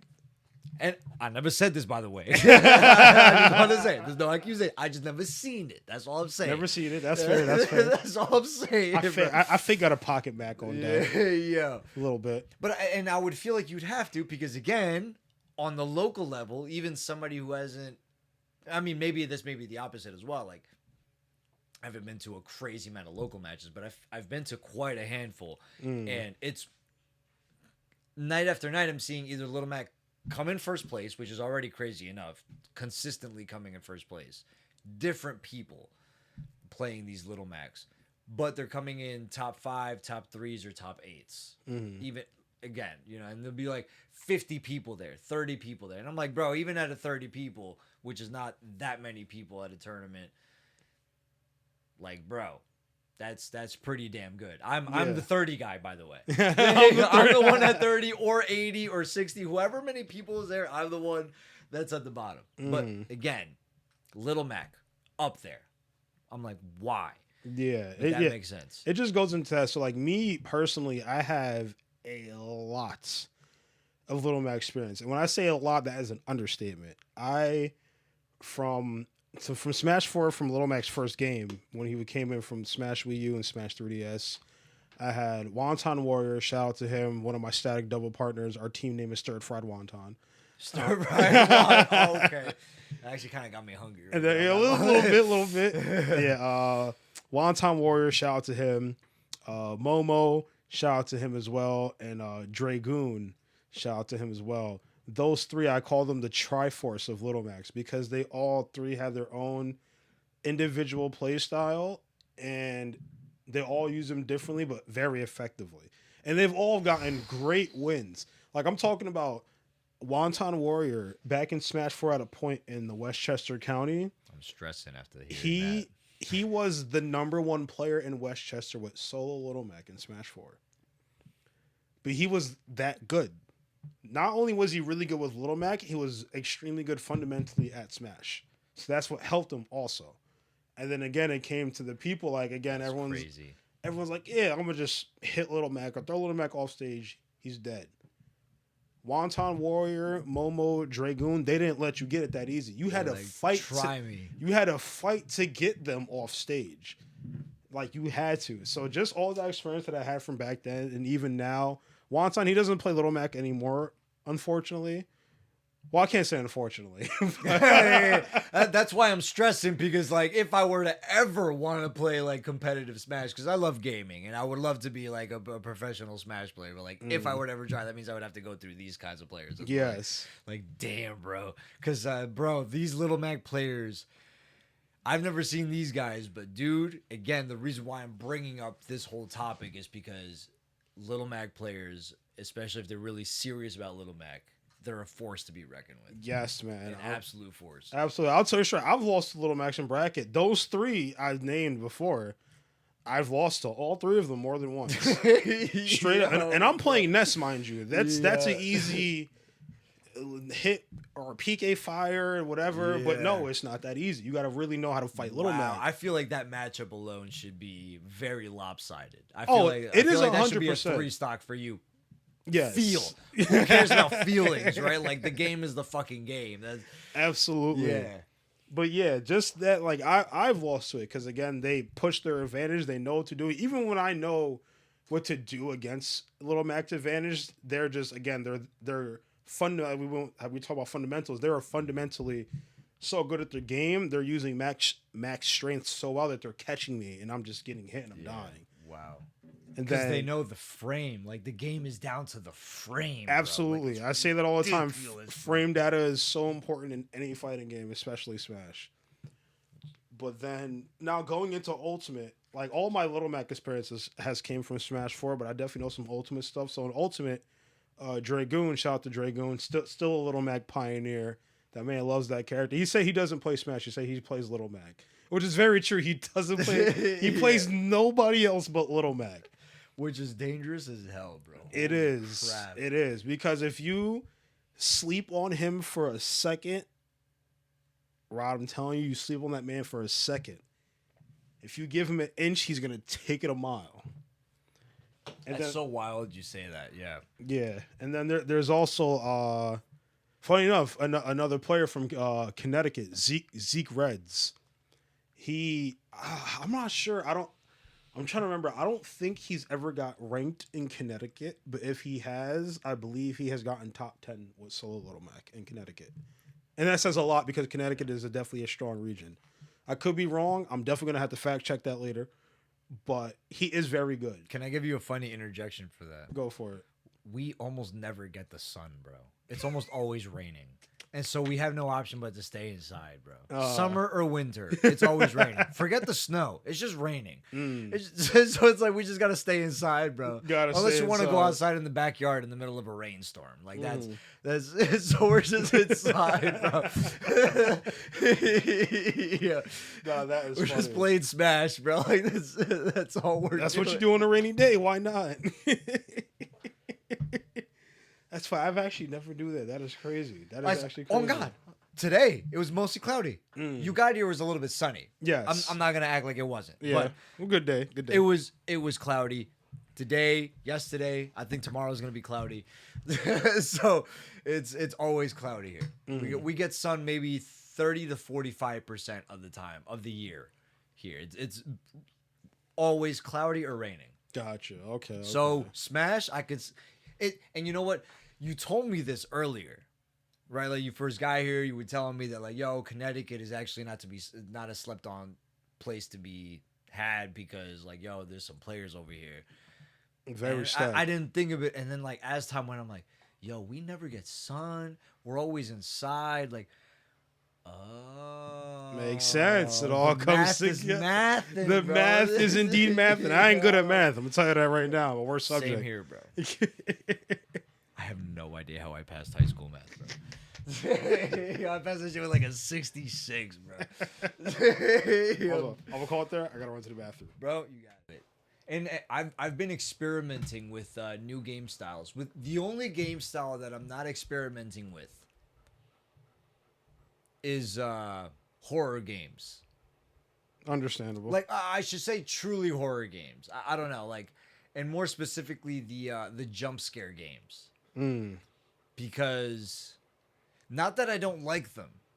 I actually love horror movies and shit like that. I'll watch horror movies, but I won't play horror games because that's like trigger my anxiety or some shit. No, that's I'll fair. get like an anxiety Totally attack, fair. and I'm like, nah, and I just won't have fun playing it. How you said, like, Yeah. if you're not having fun, like, why play the game? Exactly. Yes. And so, like, I like those games. I love horror shit. I don't know why. It's just specifically with horror video games. It's just the one I'll like watch it on YouTube or whatever because I can lower the volume or whatever. It's not. Mm-hmm. And it's not that it's scary. Like, I'm fine. It's the impact of like the jump scare. Yeah, it's could like trigger the anxiety attack, and it's like, fuck, now I'm stuck in this loop of anxiety. Like, yeah, and I know it too, and I'm like, fuck, I know exactly what it was that triggered it. Like, I know it's not real. It's just like, fuck, now it's just going on. But no, absolutely, I definitely feel that. Aside from that, though, I forgot. Wait, why did I make that point? I have a recommendation, but I'll let you think a little bit. No. Like, what's the recommendation? All right, one thing that I think a lot of people should get into that is I wouldn't even. Can I call it a genre? No, I'll call it like a subgenre of gaming is randomizers. I don't know. Have you ever heard of them? No, I have no idea what you're talking about right now. All right, so Yeah, I started clueless. doing a few randomizers, probably like 3 to 4 months ago. But what a randomizer is, so it's in the name. It's a randomizer. It randomizes a game. So in my opinion, I think it's best with adventure games and like collectible games. So all right. So name me like your top 3 favorite adventure collectible game. If you can name them. I would say I can't name them because I wasn't a big fan of the Avengers in regards to like superheroes and stuff. I was No, not adventure. Adventure games. Oh, I they said Avengers. I'm like, I don't know. No. Yeah. I mean, so like one of the OG adventure games I played, or I would consider it an adventure game, is all the Crash Bandicoot games, dude. Mm-hmm. I was big on Crash Bandicoot. I mean, I did eventually play the Mario games. Mario games is I would consider adventure, right? Like, am I on the right track? No, Like, with definitely. these? Yeah, you're there. Actually, sorry. And the original adventure game that I played, the first one is actually the Monsters Inc. video game for the PlayStation 1. Okay, gotcha. Interesting. I've never played it, so I don't know how It's a little hidden treasure. I'm not saying it's the greatest video game of all time. It was just it was a nice little video game from Pixar. You know Exactly. what I'm I feel that. I saying? feel Classic Pixar. You know, Yes. the good Pixar. The good Pixar. You know, like it was a nice little video game. It was cool, you know. That's what I had when I was a kid. It was for the PlayStation. It was awesome. So yeah, is that what you referred to for adventure games type of style? Yeah, so let's take example, Crash Bandicoot. So obviously there's certain abilities that you would unlock or learn at a certain point in the game at a certain level, right? Correct. Right. So what the randomizer does is flip all of that around. It'll randomize actually the entire game from the way Crash looks, the color of Crash, the background color, music, crates, everything. Whoa. So it gives you pretty much a fresh game out of the same game. So what I've been doing lately, one of my favorite games of all time was Donkey Kong 64. Fire game, absolutely fire game. One of my favorites, again, of all time. So yeah, Donkey Kong 64. That was something that was a game that has stuck with me for a very long time. I've played it countless of times growing up, but so I recently discovered randomizers for it. So when I first got into randomizers was from the Legend of Zelda games on the N64. So Ocarina of Time and Majora's Mask. So again, it takes everything and flips it around. So let's say, again, the example, Crash Bandicoot. I forgot which exact game that they introduced the bazooka apple thing. I want to say 3. I think it was 3, because it wasn't in 2. Yeah, it wasn't in 2. I want to say 3. So let's say you learn the bazooka apple launcher level 2. Yeah. With the randomizer, you might learn it level 1 or level 5. Or at the very last level. Right. And then even then the levels will be randomized. Again, the crates can be randomized. So instead of the first level having normal brown wooden crates, you might have every single crate is a nitro cart. It's a freaking green crate. Mm-hmm. So you have to be extremely careful with it and navigate through it. But the thing is, the randomizer, depending on who makes the randomizer, because these are all fan made with the randomizers. So it's to people like speedrunners, glitch hunters, and people that just enjoy the game and look into it and know how it works. They will really all come together. Damn, dude. Yeah, they would really all come together and make a randomizer or whatever. So the randomizer will always make whatever, I guess, randomizer. It'll make it beatable. It may be hard as heck, but it's beatable. But it's beatable. Yes. Some games you're able to customize it to your liking. So Donkey Kong 64, for example, I definitely don't do the randomizers that the freaking pros be doing because I'm not at that level yet. Yeah. I can't do that. But I'll make it challenging enough to my liking and challenging enough that I know I can do it. That again, it may be hard, but it may be hard and challenging, but I know I can do it. And I'll be able to figure it out. So I feel like that's what people were doing. Sorry to cut you off, but I feel like that's what people were doing with that like Mario Maker map shit. Yes, that's a pretty good example. Saying? Like it gets really difficult, but if you could time your jumps correctly, like you're good. Yes, absolutely, absolutely. So that's the thing. That's the thing with this. So I think people, especially like I said, like back to this is what I was talking about with the retro gamers from earlier. Dude, stop. Gotta love this guy. Gotta love this guy.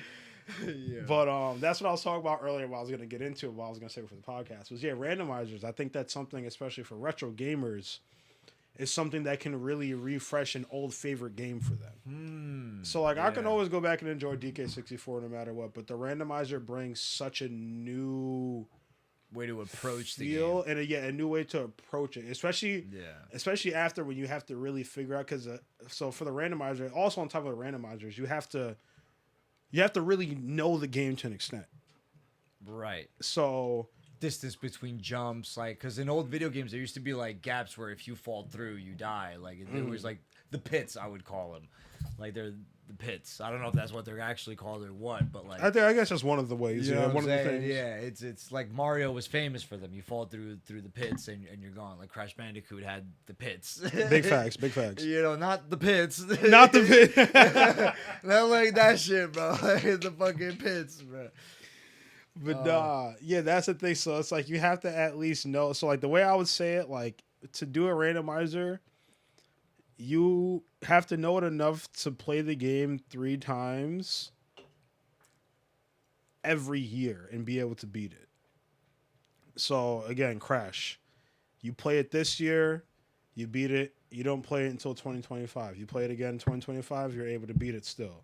Yep. You don't play it for the rest of that year, you play it 2026, you're still able to beat the game because you remember and know how to get past it. Even if you do it in a different way, because some games, offer different paths or different ways or collectibles to beat it. Yeah. If you can still do it, that's good, because you're going to need that knowledge in the randomizer, because so there's things in the randomizer they call checks.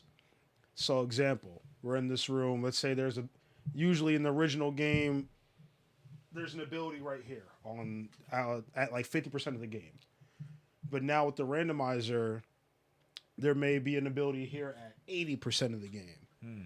But now you're thinking of, let's say I need the super jump to get through this level or to beat this thing or to even find something else to beat the game. Okay. All right, let me go check the room to see if there's something there. It might not, it might be. All right, not there. Cool. Or it may be something that, I need another ability to even get in the room. I need the key. Now I got to go down the road to check where the key normally is. It might be there originally like it is, or it might be something else to get you to progress somewhere else. Like I said, it's a whole different game. Okay. So it changes up the game, and again, it gives it like a fresh feel and start of the game. And that's what I like about it a lot. So me especially, for Donkey Kong 64, that game is held together by like duct tape and staples. That game is very glitchy and very buggy. I mean, for a normal playthrough, it's pretty chill, but like when you really get into the glitches and understand how it works, it's like, oh my gosh, this game is like held together barely. Yeah, it's barely even a game. Exactly. It's almost just artwork in just multiple frames. Exactly. Yeah. So like I know a couple glitches in the game. So like there's things that I'm like, you know what? I'm gonna use this glitch to get through this wall, to get to the other side of this, to get this ability so I can now go get this. But normally I couldn't get it because I would need like 3 other abilities to get through that barrier. Right. Otherwise, now I'm searching for the other 3. But yeah, that's how it goes. I think it's really interesting. Yeah, because like game creators, when they were creating the game, like they're the creators. Of course they can do, whenever they're doing the testing for the game, of course they're going to be able to do and find the way to get something. But it's like, bro, the average consumer is not a game creator. It's like, bro, we're just playing these video games to play these video games. Like sometimes we don't want to take 5 years to get this one thing or this one star or this one like potion or whatever is like in the certain ledge or whatever, or gain a certain ability in the game. It's like, no, I want to get it right now, and so you find different ways of doing it. Exactly. You're just playing the game differently, thinking outside the box. There you go. That's all I'm saying. You're not cheating. Just thinking outside the box. No. that's what we're gonna. That's a good way to put it. I'm gonna start using that. I'm not really cheating. It's just another way. Just another way. Just another way. So you know me. Oh shit! It's like, yo, don't fucking lie to me. Yeah. But yeah, I think 100% a lot of it's funny because even like retro gaming, like again, like I said earlier, we're freaking old. Retro games are now like Nintendo 64, PS1, PS2. Like, it's crazy. Like, retro games aren't retro games when we were younger. Now it's when we were actually young. Because I'll admit, I didn't grow up on the PS1. I had a cousin who grew up on the PS1, but I had the PS2. No. Just because you can't jump on it, you can't jump on me either, bro. No way. He's like, I'll eat this right now. No. Down. This way. There you go. Nope. I did want to ask, like, eventually though, because I just have to know, like, how can I? What does to get a little bit real? I'll put it this way to kind of like let you know where this is going. Mm-hmm. What does the domain of gaming like truly mean to you personally?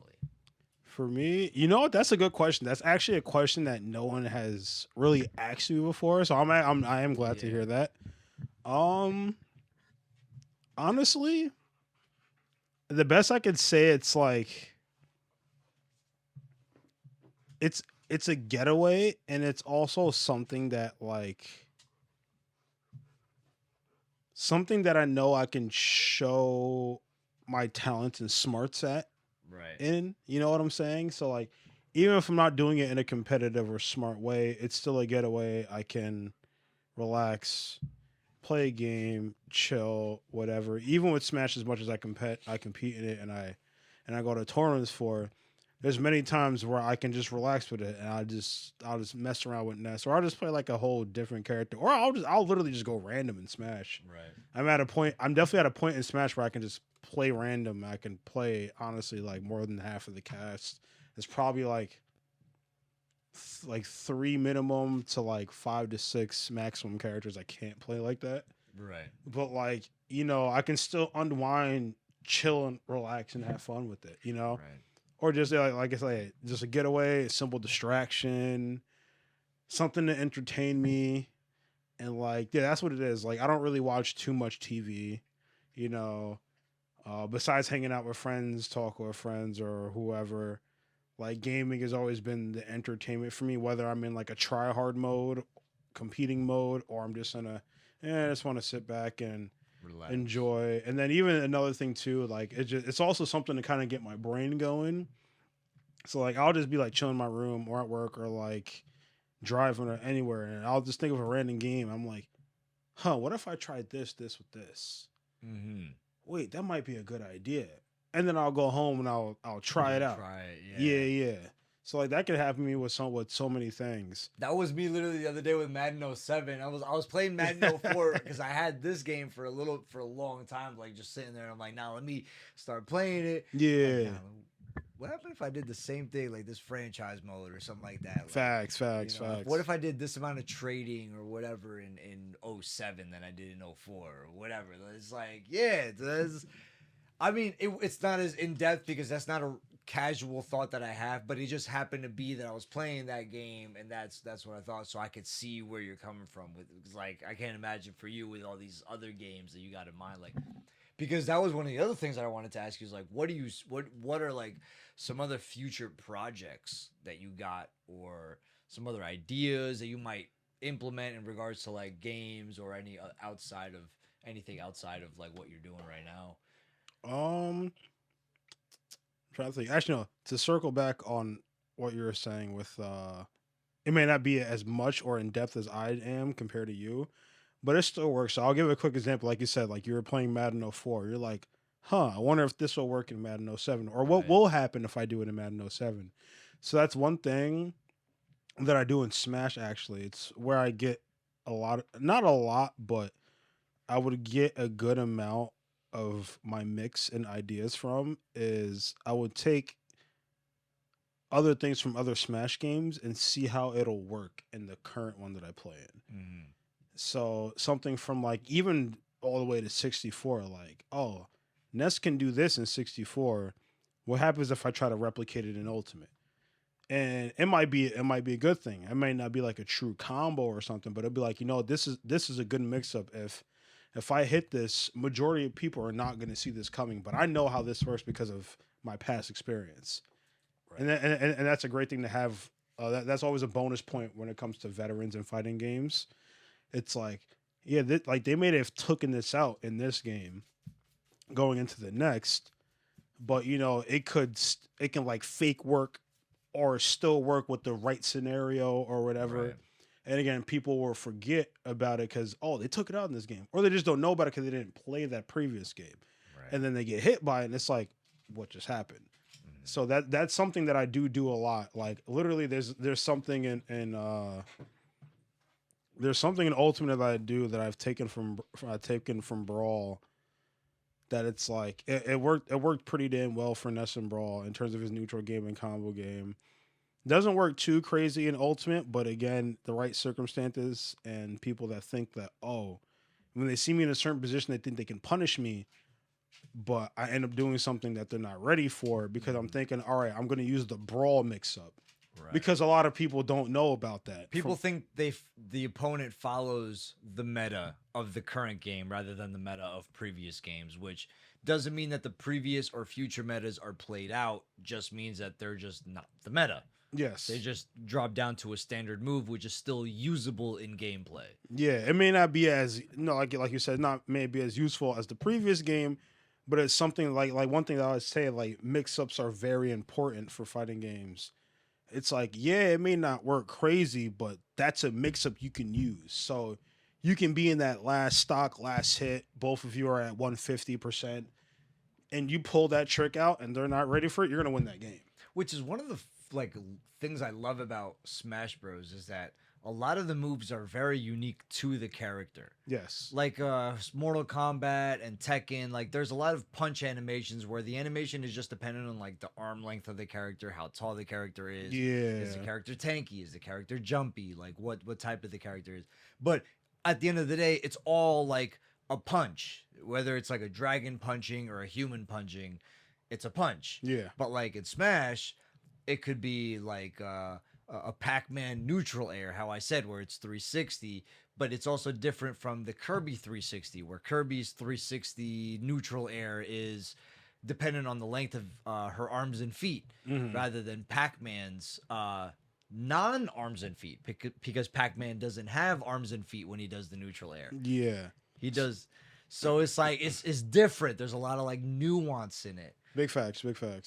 So one thing I will say that, and that's one thing that helps me learn characters in terms of fighting them, and then also picking up characters. So it's like, so one thing people will say that's more useful and better for players. It's it's better to solo main a character and grind out the hardships than picking up another character to cover a hole or a matchup in your play, which I do agree with. Don't get me wrong. Interesting, right? But one thing, at least for me, how I learn, I will pick up a secondary until I don't need the secondary anymore. So, example, let's say Ganondorf. Right now, I'm playing that. Let's say like I'm playing Ness and I'm secondary in Ganondorf. Just go home. Just go. Just get the fuck out of here, bro. Get the fuck out of here. Get the fuck out of here. Bro, a solid Ganon is a pain in my ass, bro. No, a solid Ganondorf is very scary, man. It is. It is scary. Trust me when I say that. I've lost to Ganons, man. I've lost to Ganons. Bro. I'll say that. Shout out to you're just gone. Facts. Shout out to Opana, Love Expert, my guy Pierce. Yeah, he goes by so many tags. I just gotta say Pierce. Kick. Bro, and you're out of there, bro. Yeah, man. So the thing while I was going into with that, so like I do play Ganondorf seriously. He's one of my favorite characters to play, and I also main him in Melee, actually. So yeah. So example. So let's say Ganondorf's the kick, the forward tilt, the Spartan kick. Yeah. Let's say I don't remember exactly. I'm just gonna throw a random number. Let's say that comes out at like frame 8. Okay. Has a pretty good distance, whatever. So I will hit that in a certain situation. So when I hit that, and I was like, if I hit that with Ganondorf for how slow he is in the range, that means with Ness's speed, I can get in, and even with less ranges, Ness's speed will make up for it. I'll be able to get this move out. Right, because you said, for the example, you get the kick out at frame 8. If Ness gets it out at, like, let's say frame 3 of the kick, right? Because 8 is counting down 8, 7, 6, 5, 4, 3, 2, 1. Mm-hmm. But, like, the kick might finish at frame 3 from 8 to 0. Mm-hmm. So you're, like, thinking between 8 to 0. If Ness can get it out between 3 and 0, like 2, like frame 2, for example, you might be able to get it. Is that sort of like what you might be getting at? That's like, one way of thinking, but there's multiple ways of going at it. So Okay. with that, so when I say it comes out frame 8, that the hitbox will come out of frame 8. So you got the whole animation. No, he's lifting his leg up, whatever. And as soon as he goes like that, the hitbox is out at frame 8. Okay. Yes. All right. So it maybe starts at like frame 12 or frame, maybe way more than that. Maybe like frame, I don't know. Maybe I'm losing track here. But no, you're good. No, I think I'm following though. Frame data is complicated. I tell people that a lot. Yeah. But yeah, so something like that. So again, so let's say Ness is his forward, the little jump in, his hands is out with the little psychic ball. Okay. Let's say that comes out at like frame 15. So Ganondorf is a slow character, but he has that range with the forward tilt that helps him out a little bit. So now, even though Ness, he has less range, he's a faster character. So I may be able to run up and get in the character's face and throw out my forward air. If I hit it with Ganon at this certain situation with this frame and the positioning, that means Ness will be able to run up, get closer because he's faster, and be able to put out that hitbox and also get a hit at that situation. So are you saying it's irrespective of the power and it's more dependent on the frame of which you hit the move? Because Ganondorf is a very tanky character, completely the opposite of Ness. Yeah. But you're saying Ness has speed. So, like, what would be the triumph here? Like, would... It's more of getting the punish, you getting the hit. Okay. Type of thing. So, let's say you just do a normal jab on Ganondorf, or whatever, on Ganondorf's shield. He's able to forward tilt you. Let's say Mario. Mario's able to jab Ganon, and Ganon's able to forward tilt that on shield. Okay. But if Mario jabs Ness on shield, he can't do anything for his limited options as a character. But now, like I said, if I hit this as Ganondorf, if I combine Ness's speed, he's able to run up and do whatever. That means I'm able to punish that as Ness. So I would learn something for another character through another character. That's how I go about it. And it's like that's yeah, it's something like that. So like you said with the Pac-Man neutral air, like it'll either be a bigger hitbox or come out faster than Kirby's. Even though that kind of has the same spinning animation, the frame data plays a part and the character attributes play a part. How fast they are on the ground, and how fast they are in the air. So like I said, I may be able to hit this with this character. That means I can hit my opponent with this character with another move or do something in a similar situation or a different situation that'll help you out. So that's what it plays into. And things like foot size also matters. Like Bowser's foot is, I would imagine, the hitbox of Bowser's foot is much bigger than like Ness's foot, for example. Yeah, it all depends. It's not always like that, and that's the thing where I say a frame data is important because there's that's good to know. There's a lot of characters. So example would be Terry actually. So like his neutral air, his hands is literally like this, but the hitbox is like the size of Bowser's leg, but his arm is like a normal human arm. But the hitbox is so much bigger than his arm, though. Wow. So that's the thing that plays into a lot of things. So that's where, like I said, frame data and hitboxes come into play for sure when it comes to fighting games. You have to really understand that once you get to a certain level. That changes everything for me, too, because I was pretty convinced that like the size of the player's body also has an impact on every single hit. I understand that like it still has an impact on the majority of it. Like it obviously a tall player is not going to have a hitbox that's like hella pixels above him or whatever. But that really? Smash Bros is this funny game. He's like, you wouldn't fucking believe what I'm going to tell you. Trust me, I've seen a lot of crazy hitboxes in my time in day. That's wild. No, yeah, that's pretty much the main thing. And then, like you said, it's like, this isn't going to hit me. This guy only has this amount of range, but it doesn't matter. Like, it's the game developer. They can program the hitbox however they want. Also, Cloud pisses me off with that shit, bro. Oh, yes, exactly. So that's the thing. And then even then, when it comes to that, it's like some hitboxes are designed a certain way so they can work a certain way.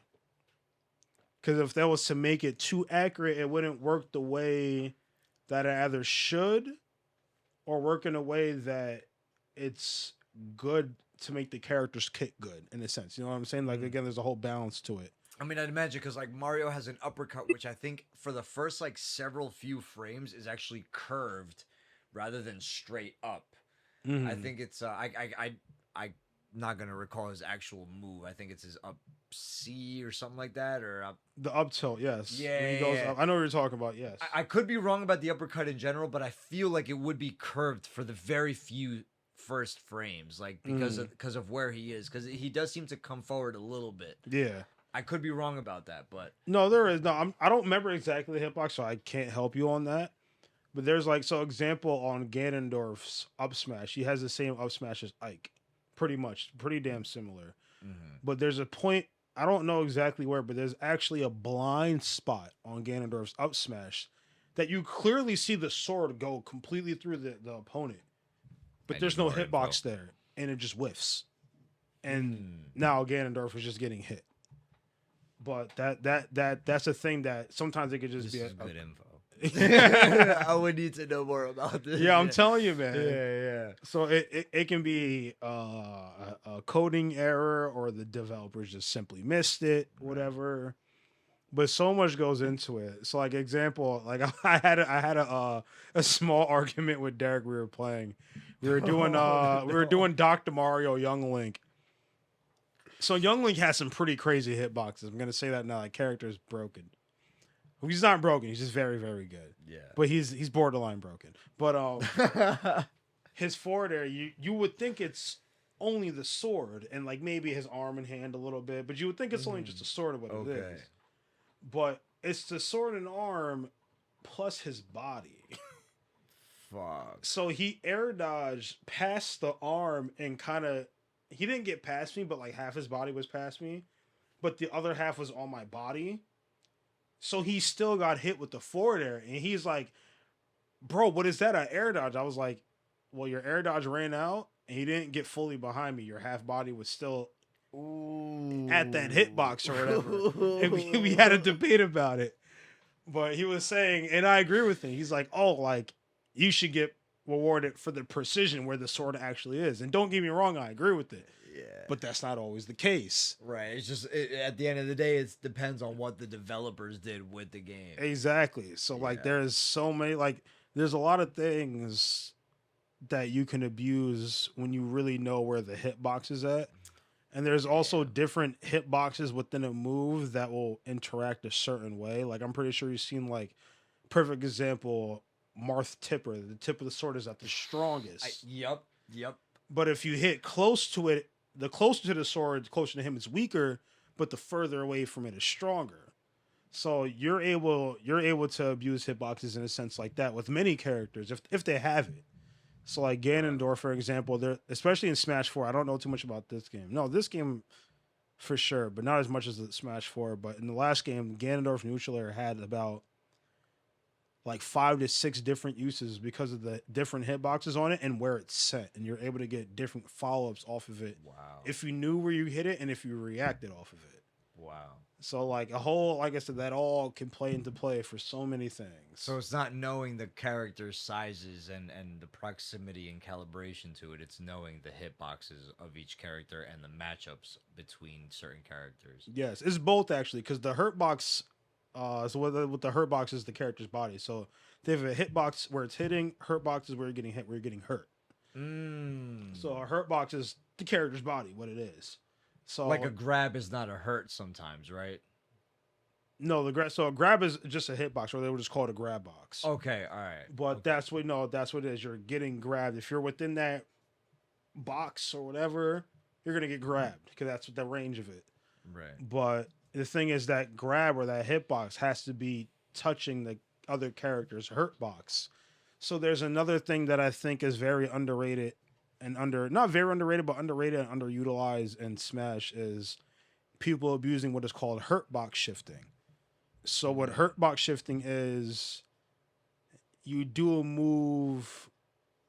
Not necessarily. So like you do a move and it moves your character hitbox, the character's hurt box. So obviously, every time you throw in a move, your character, the body moves.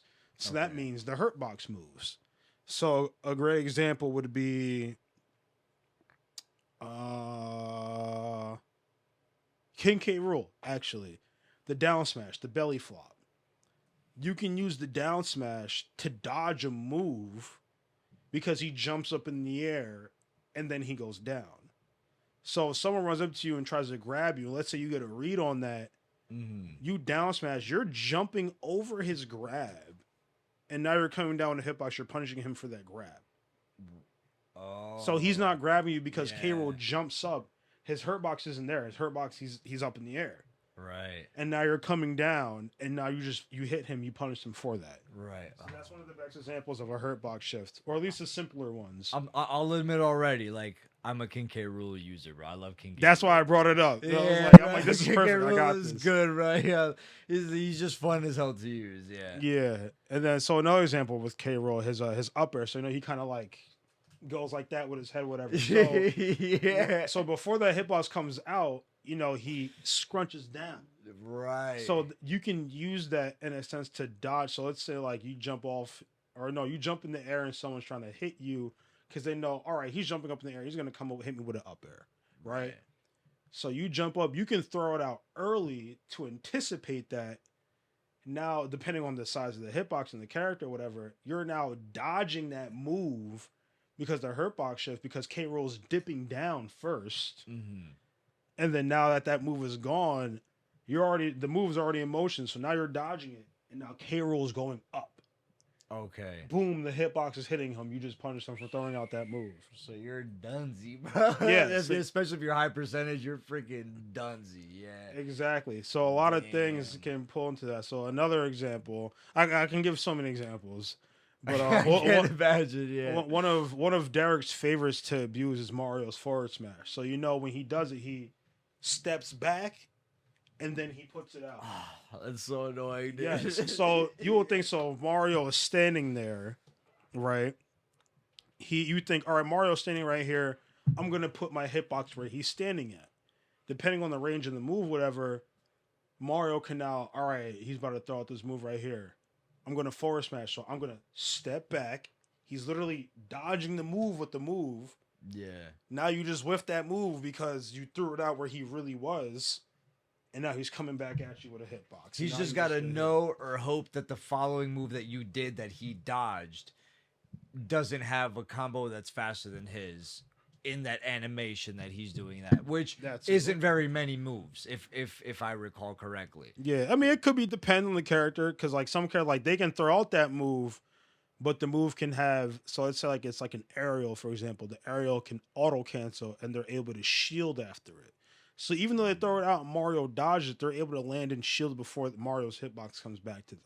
And now they're getting a punish. But you see how deep we're going with this stuff. Right. Dude, that was going to be the exact next point. I'm like, bro, that is insane how deeply detailed that shit is. Yes. Wow. Yeah, that's unbelievable. Honestly, Absolutely. like, we might have to get some sticks going to, like, I got you, man. Record some gameplay, bro. I got you, man. I'm here for it. I got this shit, bro. We can record some shit, like, yo. Because I got you. Because, bro, that's absolutely insane. I mean, it's not that I wasn't expecting it, but I also don't know what to expect in regards to how much detail there is. I know that there is some stuff to be unexpected. Yeah.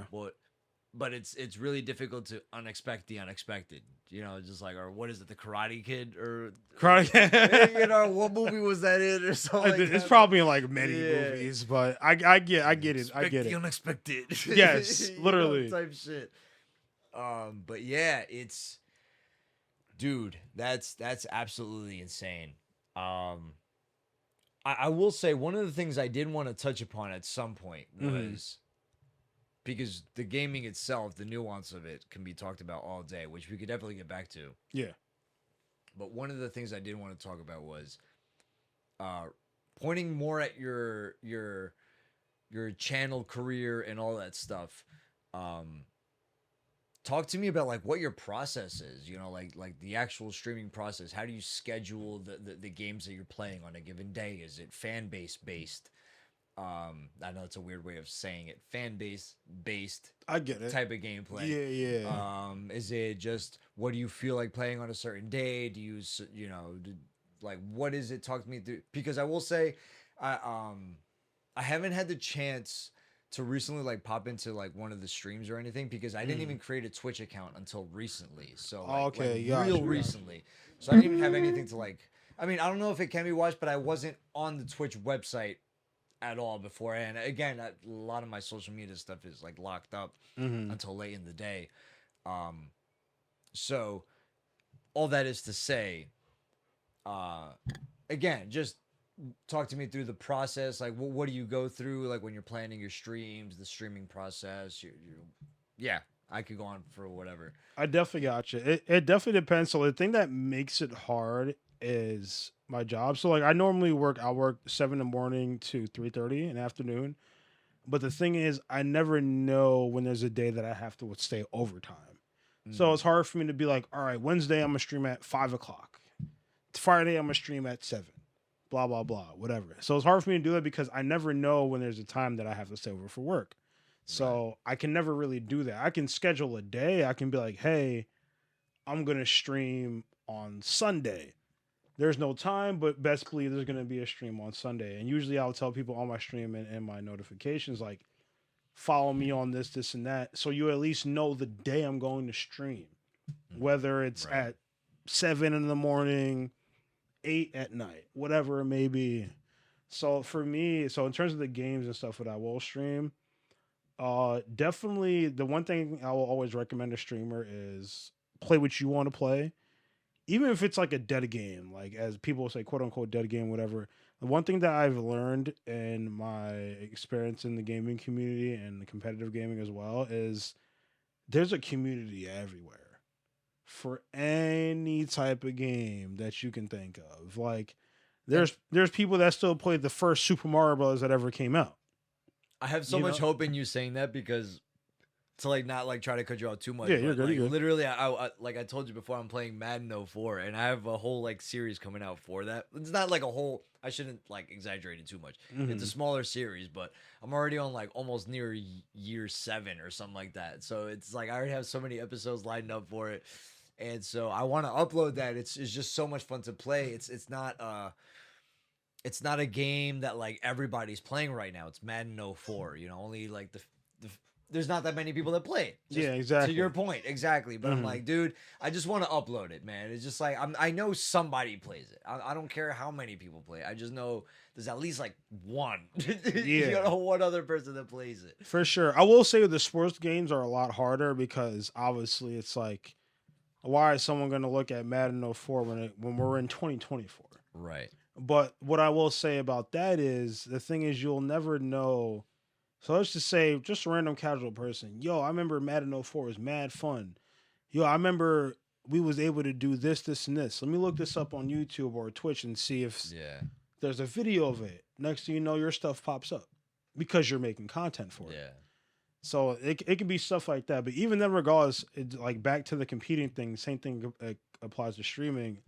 Have fun first. Worry about the views and everything second, third, right. Whatever. Yeah. Have fun, make your content that you want to make with your content. So with me, I'd say I'm a pretty oddball streamer. Besides Smash and somewhat Gears, I play Donkey Kong 64, my randomizers I was saying. Yep. I play Naruto to Boruto Shinobi Striker. That's like a very underground game for sure. Not many people play it. But definitely a good amount. Like, it's a pretty good size community. But again, like, that's not a game you'll look on Twitch and you're going to see like 10K people streaming it or watching it. You're not going to see that. Right. But yeah, just the thing is like find what you like, and then even then, like just that little amount of people, and even in a sense, it'll make it easier for you too, almost, because even then, no one watches it. There could still be that 3, 4, 5 people. They'll see, oh hey, someone's streaming Madden 04. Let me go check him out. I never see anybody stream Madden 04. Right. Now they're in their stream looking, they're asking you questions, they're interacting with you, you're interacting with them, you're answering questions. And this is why I'm bringing it up, because I've seen people, mostly on TikTok, because Instagram I don't think allows, because of copyright, like video game streams or something like that. But I'm not sure. I mean, somewhat, but not really. I think I get what you're saying. Because I don't really see too many like live videos that are going on Instagram that are like video game related. It's always like somebody doing like a front facing camera or whatever. Mm-hmm. But anyways, regardless, I see most of this content on TikTok, and I'm like, I saw 5 or 6 different people one day, like, or between the span of 2 days, that were streaming old Madden content, not specifically to a certain year, but it was still old Madden content. And I could understand why, because from a Madden perspective, there's a lot of controversy going on with how EA has a chokehold on the market, and Madden has like absolutely been ruined by the franchise and all that stuff. It's like the Madden from the old days is not the same as the one from today. So there's like a growing market between the old Madden. I'm not saying that's why I hopped on the game. I'm saying that the reason I hopped back onto the game was because I was inspired by what I saw through social media, and I'm like, oh shit, now I'm gonna hop back onto the game. Exactly. And so like when you're streaming it or posting about it, it's like, yo, you might inspire somebody else to do it. So like that's why I'm like, you know what, let me just record what I got, and I'll edit it up and I'll post it, because like just to grow this community, I think would be awesome. Absolutely. To grow back an old Madden community. That would be freaking lit. And that's the thing. There's many possibilities. That's one of the great outcomes that can happen that you said. It's like you see something and then, oh, okay. Oh, snap. I forgot about this or whatever. Hey, I want to get into this now. And then someone can do the same thing with you. Oh, this guy's doing this with Madden 04. Yo, I remember that was a great game back in the day. Now I want to do it. Mm-hmm. And it just trickles down and goes and goes. And then even then, now that can even help you get followers, because you're one of those very few people that stream and play Madden 04. So people that are still interested in that game or thinking about it, they're going to follow you and look out for you for that content. And that's the thing I'll say that's kind of slept on. Not really slept on with Twitch, but not really looked at. Is you can have many different communities within your own Twitch channel. Like I have people that come to my stream strictly for Naruto to Boruto Shinobi Striker. I have people that come to my stream strictly for Smash.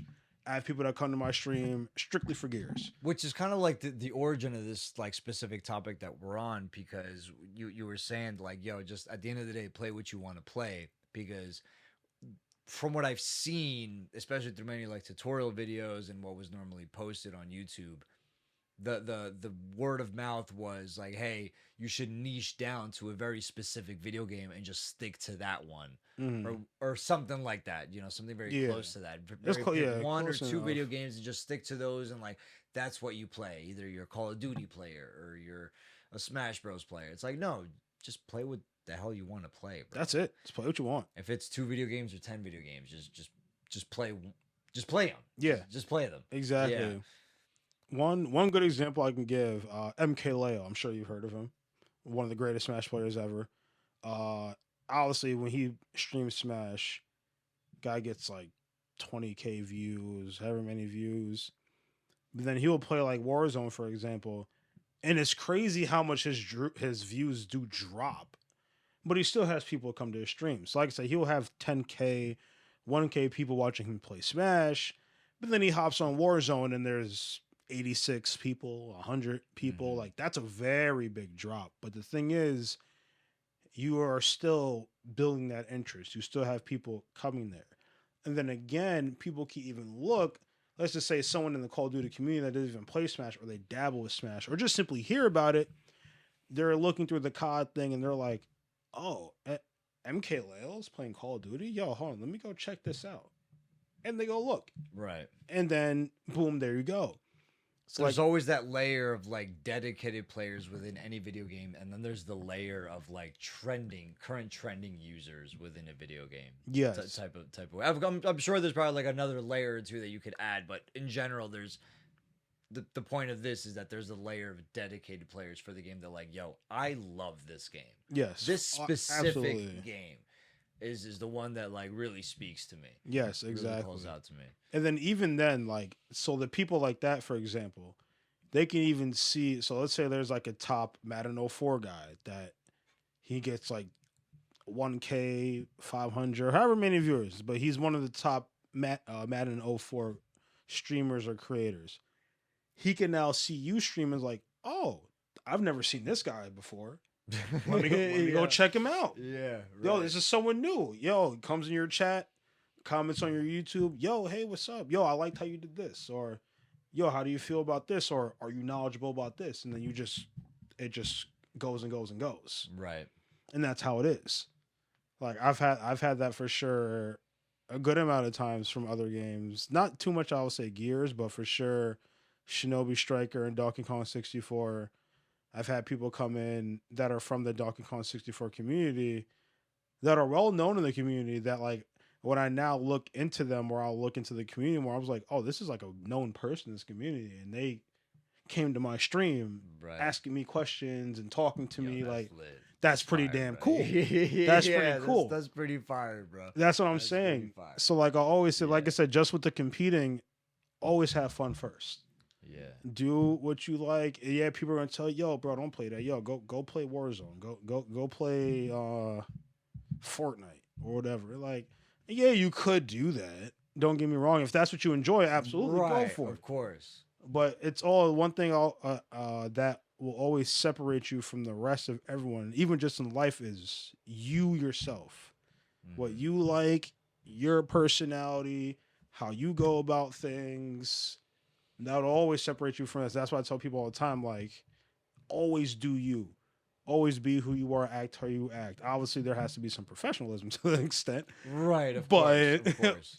But that's what it is, straight up. And it's like, as long as you're not hurting nobody, bro, like, you know, intentionally either, right? Like, sometimes, like, having an attitude is like, bro, you're just ruining somebody's day for, like, no fucking reason. You know? Exactly. Like, why you do that? Aside from that, though, yes, I agree. It's like, bro, just... Again, how it seems to be one of the fundamentals that we talk about, like following the fundamentals of video games is have fun first. Like that's got to be the primary reason why you're playing whatever game. If it's it doesn't matter what game. You can be playing poker for all I care about. You know, yeah. There's poker streams on Twitch. I've seen them. It's like, bro, as long as you're having fun, fucking go for it. That's what it is. And yeah, like, and another thing, like, I tell people, like, you would enjoy a stream a lot more playing a game that you enjoy with 2 or 1 viewers compared to playing a game you don't really like that much with 10, 20, 30 viewers. Right. Like, again, like, the viewers, of course, like, that kind of is always like a top bonus for any streamer, like getting those views and people chatting in your chat. I mean, it lets you know how many people are on board, like directly. Yeah. There's very few indicators in life that give you like how many people are on board with you or without you directly. Yeah. Yeah. So that's really what it is. And then even then, like, you can always build that up because word of mouth goes a very long way, especially today in today's world, from internet, social media, you name it. It's like, again, so I would say example for me, Shinobi Striker. That's a very underground game. No one's really looking for that game on Twitch at all. Yeah, I'll be real. I wasn't. Yeah, no one's really looking for that game on Twitch. Maybe, Yeah. but then again, it goes into the maybe someone used to play it back in the day. That's like, oh, I used to enjoy this game back in the day. Let me see if there's any content creators for it. Yep. They That's how it starts. That's how it starts. It all just in anything in life. Always say it always takes one person. I mean, like, I will say, there's some things to be complained about, like the current algorithm of social media, Absolutely. of certain social media platforms, I should say, not all of them. Yeah, Because they all sometimes perform individually in their own certain ways. I agree. Yeah. But for example, like TikTok is the most like blatant one, where it really follows what you watch. I mean, it's what Netflix started. Netflix was like, yo, let's figure out what the viewer wants to watch, and we'll just show them what they want to watch. Yeah, exactly. And in order to introduce them to new content, we have to figure out a way to categorize what the new content is that they've never watched and match it to what they want to watch. Mm-hmm. So, like, same thing I think is happening on TikTok. I don't know, like, the certain coding behind it, but I know for a fact that, like, hey, even if you say something, you know how, like, they always say your phone is always listening. If you say something, you best believe you're going to see it on TikTok or Instagram 100%. within a day or two. 100%. You know, that's just how it is. So people think that that's creepy. And, like, sure, even whether you want to say it is or it isn't, it's here to stay. Whether you say it is or it isn't, until it's changed to law, it's here to stay. I can't disagree on that. Yeah. You know what I'm saying? So, like, what do you do with that? Do you make the best of it, or do you just complain about it all day? So it's sort of like, let's capitalize on it. Let's make sure people want to watch what they want to watch. If people truly are watching what they want to watch, then I don't know. You know, of course, there's a certain addictive quality to that, but that's on them, not on you. Why should the onus be on the creator? Mm-hmm. You know, so like, hey, life is a balance. 100%. It's a freaking balance. It's definitely a balance. So speaking of TikTok, one thing. So I was never a TikTok guy. Mm-hmm. I was never going to download the app. Never going to use it. I kid you not. The only reason why I made a TikTok and downloaded the app was to promote my stream. And promote my stream and promote my YouTube channel. Yeah. Which you're absolutely right. Like, literally, it's like the hashtags and everything. It goes such a long way, even if it's a small community. So it's like, that's the thing. Like, you can always find those people, even if it's a little bit, and it can just grow and grow. And who knows, that small community can one day become a huge community. People can finally see, like, oh, this game was actually pretty cool. Let me start getting into it. Like, shoot, there's still people. I'll bring up Smash Brothers Melee, because that's one of the best examples. Again, that game is 25 to 23 years old right now. And there's kids that are like, right now, they're like 12, 13, 14, jumping into a GameCube game. Bro, you weren't even born. Like, yeah. You know what I'm saying? But it's totally welcome. Like, that's amazing. That's like, what I'm saying. That's ridiculously amazing. Yeah. Like, it so much can happen. And that's the thing. Like, one thing, I'm trying to remember who said this to me. I want to say it was Derek, but I forgot exactly what he said to me. But he was like, so just a quick example. Let's say, like, I know you produce music and stuff like that. Yeah. You know, people in your hometown, they may not shout you out, show you support, whatever. That's fine. That's cool. Yeah, it may hurt a little bit, but don't worry about that. As long as you get the love within your community, within the music community, you're chilling. Right. So I can be streaming Shinobi Striker. majority of Twitch may not like it. They're watching League of Legends, Fortnite, PUBG, all that stuff. But the Shinobi Striker community, they see my content, they like it. That's all I need. You know, they're showing me the support. They're reposting my stuff. They're giving me the likes. They're commenting. The people that actually genuinely enjoy it and care about my content, that's what you need. Yeah. You know, you don't need the millions of views or whatever. Of course, it'll be nice. Don't get me wrong. But it's not something you need. I will say, like, part of the interjection for that, it isn't necessarily even tied specifically to video games. It's sort of tied to more authenticity. I think these times, both, like I was saying earlier, like interpersonally, locally, and then worldwide, even there's a necessity for genuine people. Like there's a sense, there's a need for authenticity. A lot of that was given up. You know, we went crazy for, like, when cell phones came out, the amount of mass information that was coming out. Yeah, absolutely. You know, like, there was so much just going on between not just the information that was being spread around the world, but also the speed at which it was being given. And that was across all domains, whether it was in video games, whether it was in sports, politics, climate, whatever. I'm just all domains. All the information just spreads incredibly fast to so many people. Instant, yeah. And to sort of categorize, I think to sort of make up for that, you know, people think it's like a giant conspiracy. I'm like, you know what? Well, I don't know. It depends, because to sort of mitigate that, it's like, well, if there's all of this information in the world at all of this speed, why not just have certain people look at what they really want to find out? Because everybody has different questions. Mm-hmm. You know, like, everybody just has different overall questions, and it's like, all right, well, what are your questions? And I think that's what these algorithms are going for. Yeah. And I think that's what really helps out, because just like everything you're saying, part of the catalyst for that was, I didn't buy Madden 04 from the game shop 15 minutes away till I saw Madden 04 play on YouTube. I think it was on YouTube. It was something like that. It was on YouTube or TikTok. But I'm like, yo, like, I want to play this game. I played this game when I was a kid. Big facts. Big facts. You know? So I'm like, yo, hell yeah.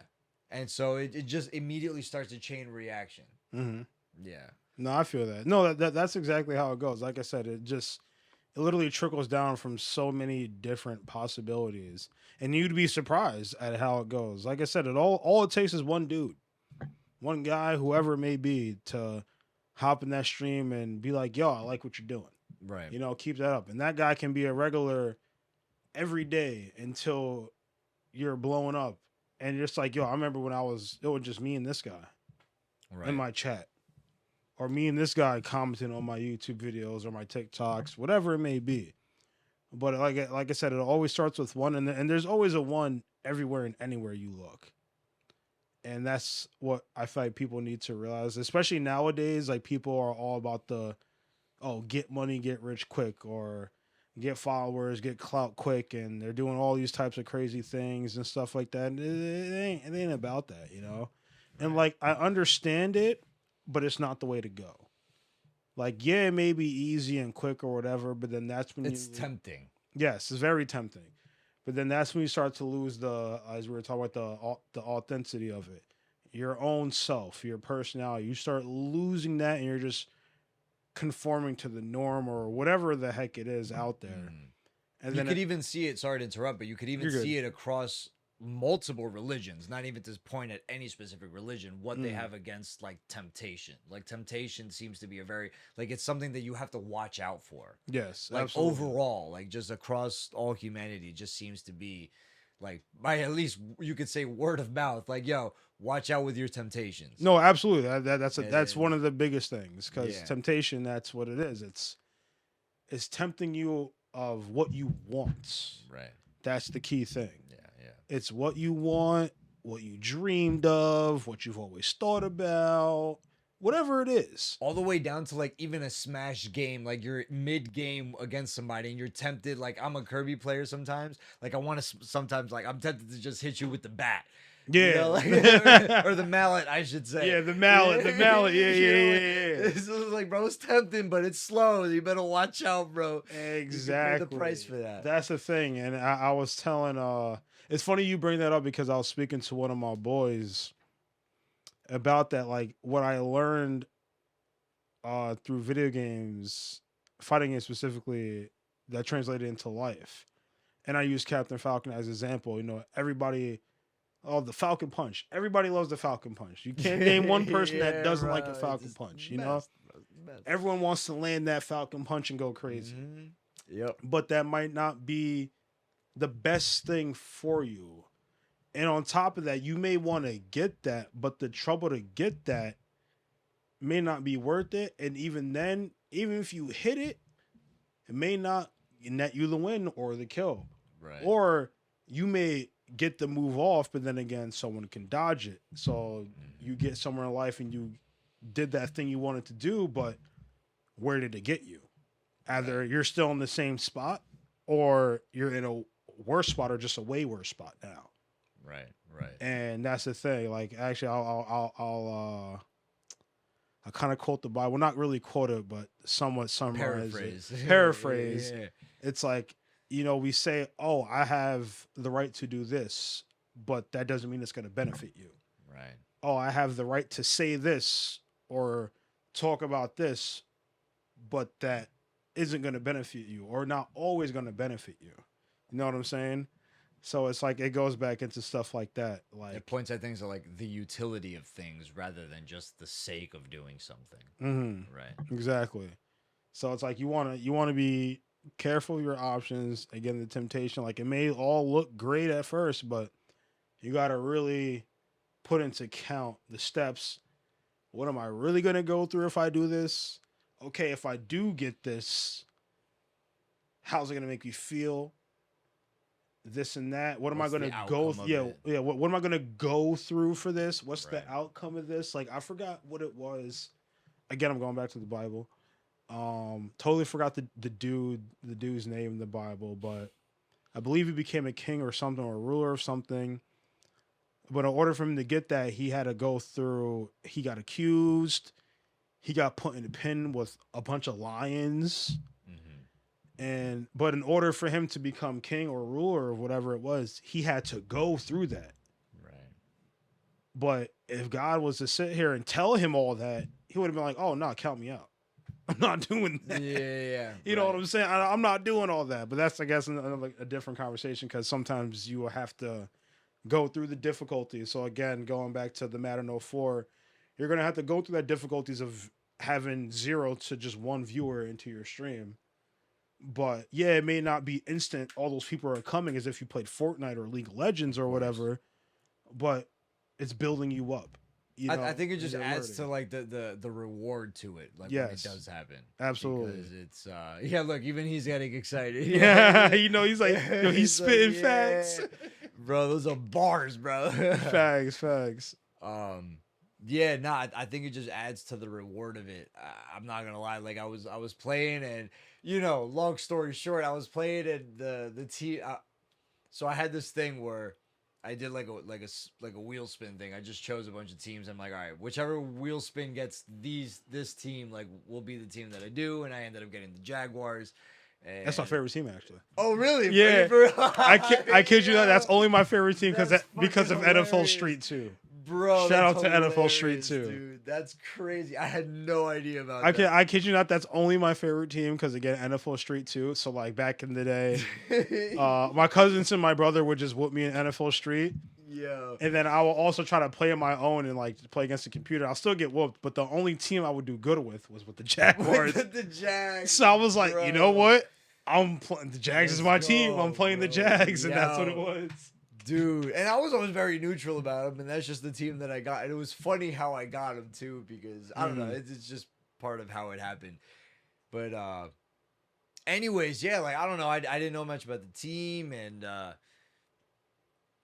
just like I was like, all right, the whole thing was doing a franchise and rebuilding the team, do a couple of years of that shit, and we almost made the Super Bowl. We did not fucking win. After like 6 years, we made the Super Bowl and we lost. And I was like, no. That hurts. That's a hurtful like, one. fuck.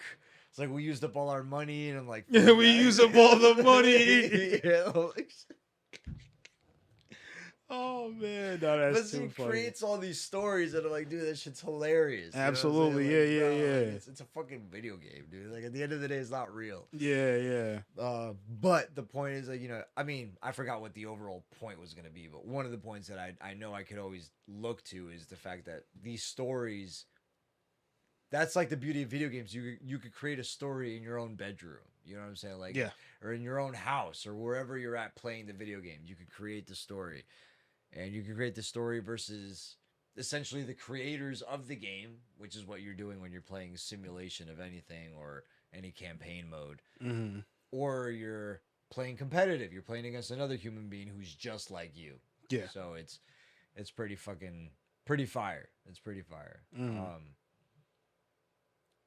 I will say one of the things that I did want to touch upon also is, what do you think of the evolution of the culture of the Smash Bros culture? Because again, like I left it off several years ago prior to COVID. So things like COVID, I'd imagine had a huge impact on the culture of Smash Bros. Oh yeah, I would say the culture is almost the same, but if we're speaking skill level, oh man. And do you think it's because COVID, everybody was also stuck inside as well? Like, absolutely. I have a prime example. Shout out to Quid. So Quid, he was, I don't even remember his results beforehand, but it's one of our star players in Westchester. Actually, to be honest, probably the best Pokemon trainer in the world, if not top 3, top 5 minimum. But starting off, I didn't even know who the heck the kid was. Fucking A. Did not know who he was until like quarantine and like after. But during quarantine and a lot of other players, but I'll get into them later. I definitely want to talk about Quid. He's a homie.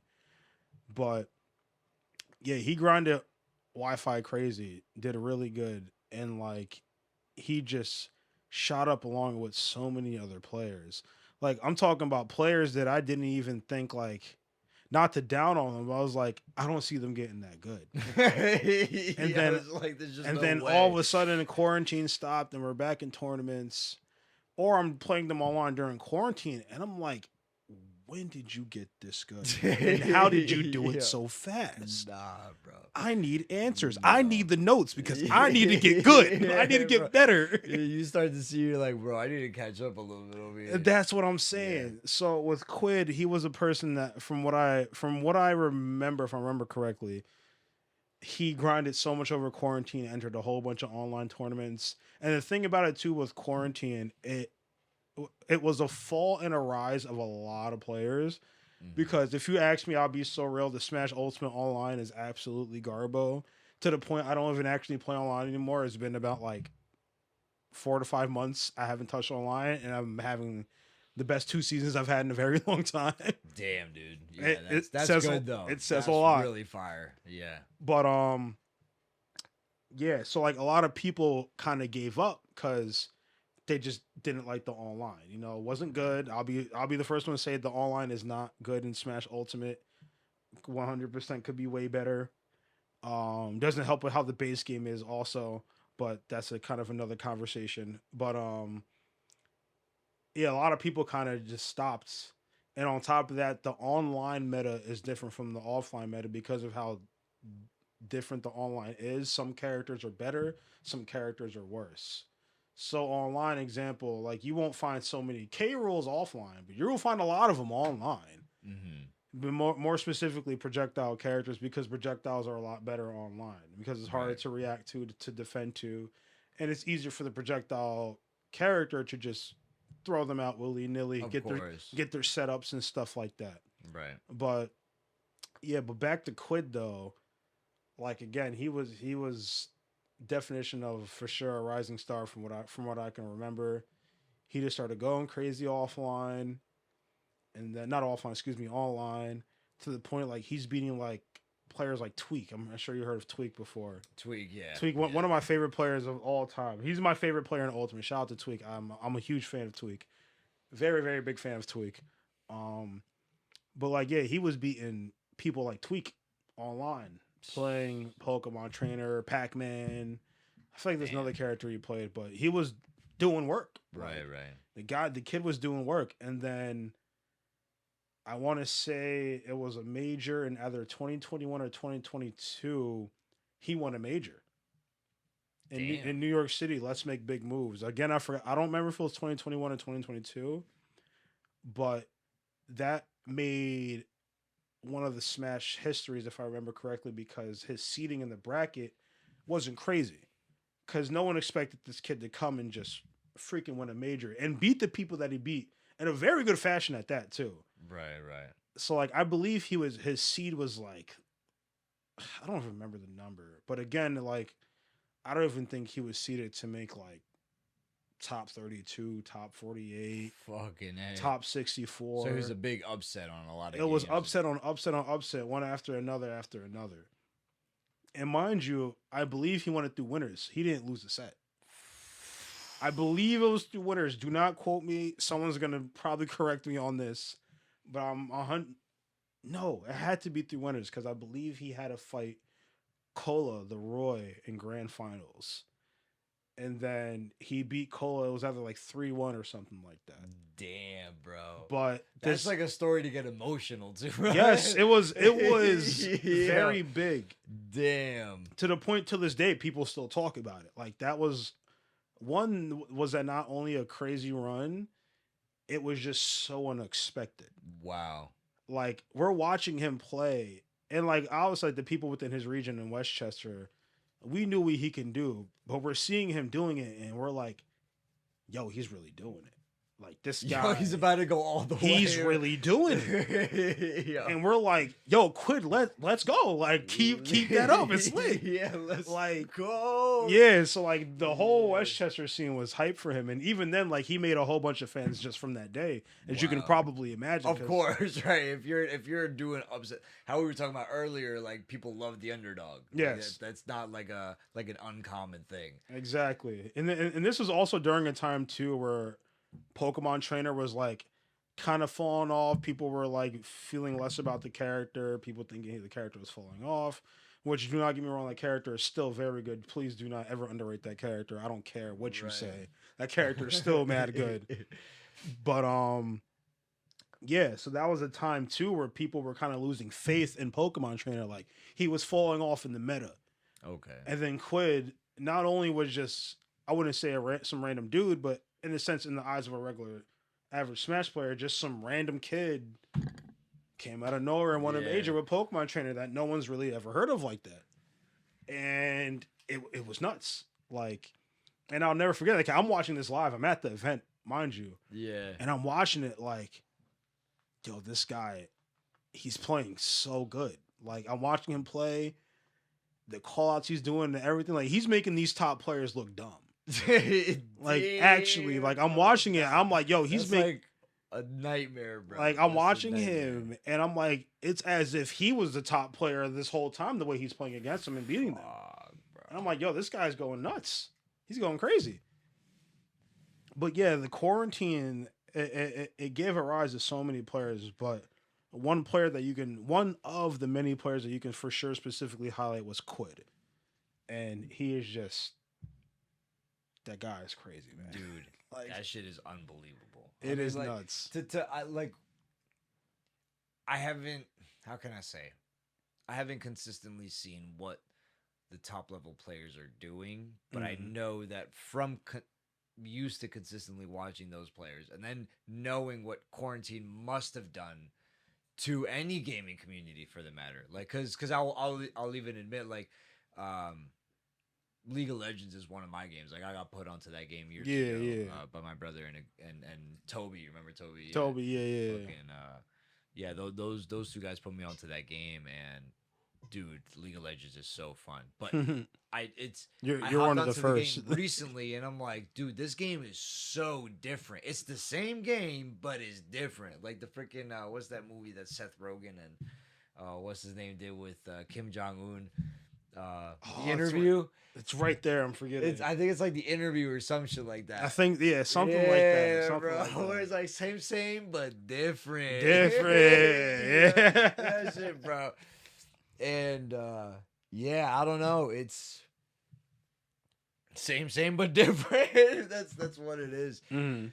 But I'll admit though, like even just talking about it, bro, I'm kind of in the mood to play that shit, bro. Like Everyone's always in the once you talk about Smash, everyone's in the mood. dude, like we're gonna have to fucking run this shit. I'm so with it. You know me. I'm always with it, man. I'm always with it. We'll record something and we'll post it to this video, whether it's at the end or during this. But like, yeah. Damn. All right. Well, to close it out, I will say, like there's so much like to talk about with gaming, and it's hard to decide how to exactly like close this out. Yeah, I feel that absolutely.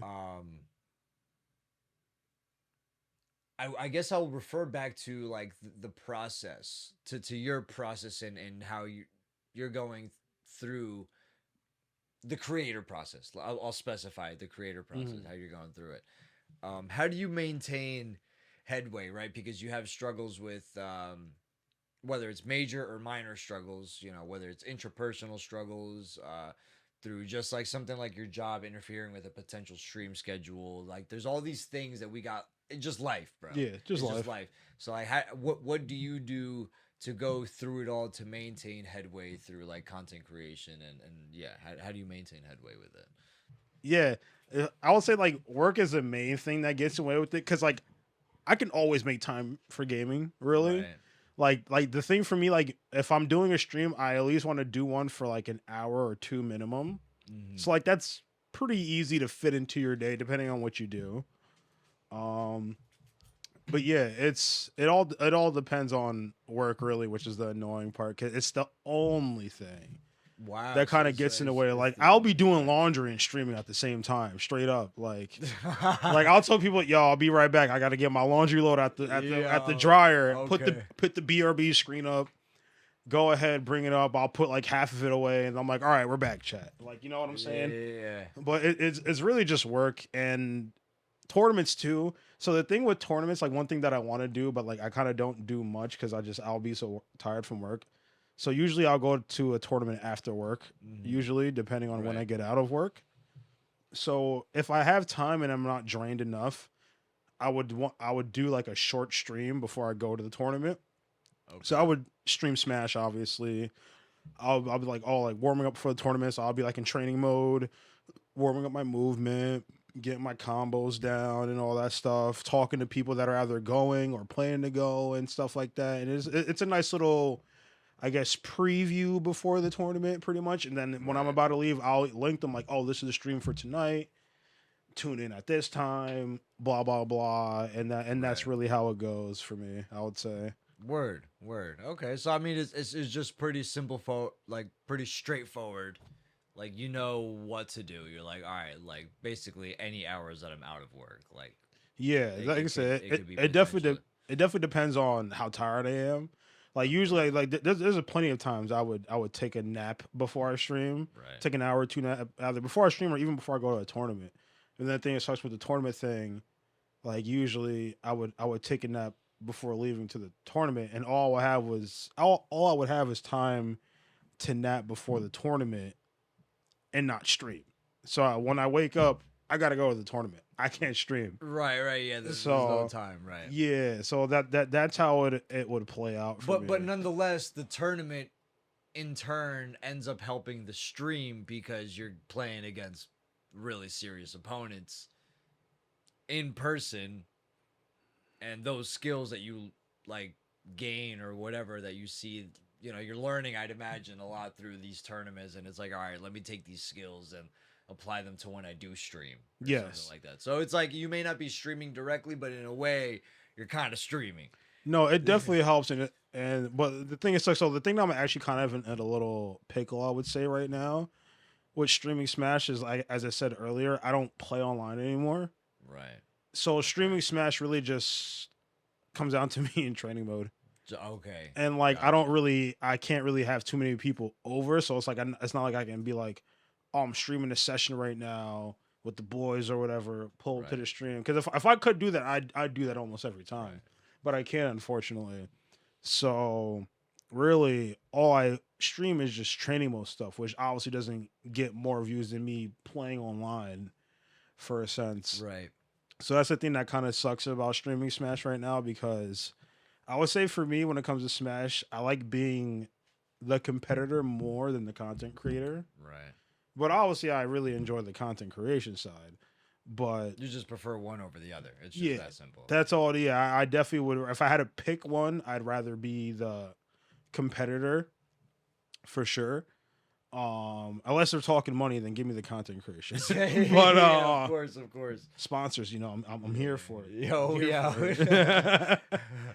But yeah, so like that's what it is for me, and that's one of the reasons why I quit online, because like I thought about, like, damn, if I quit online, what am I really going to stream Smash? Like, what am I going to stream? Right. I can't really stream much at all, but I definitely make use of my training mode sessions to try to stream it. I talk about whatever the heck I'm doing.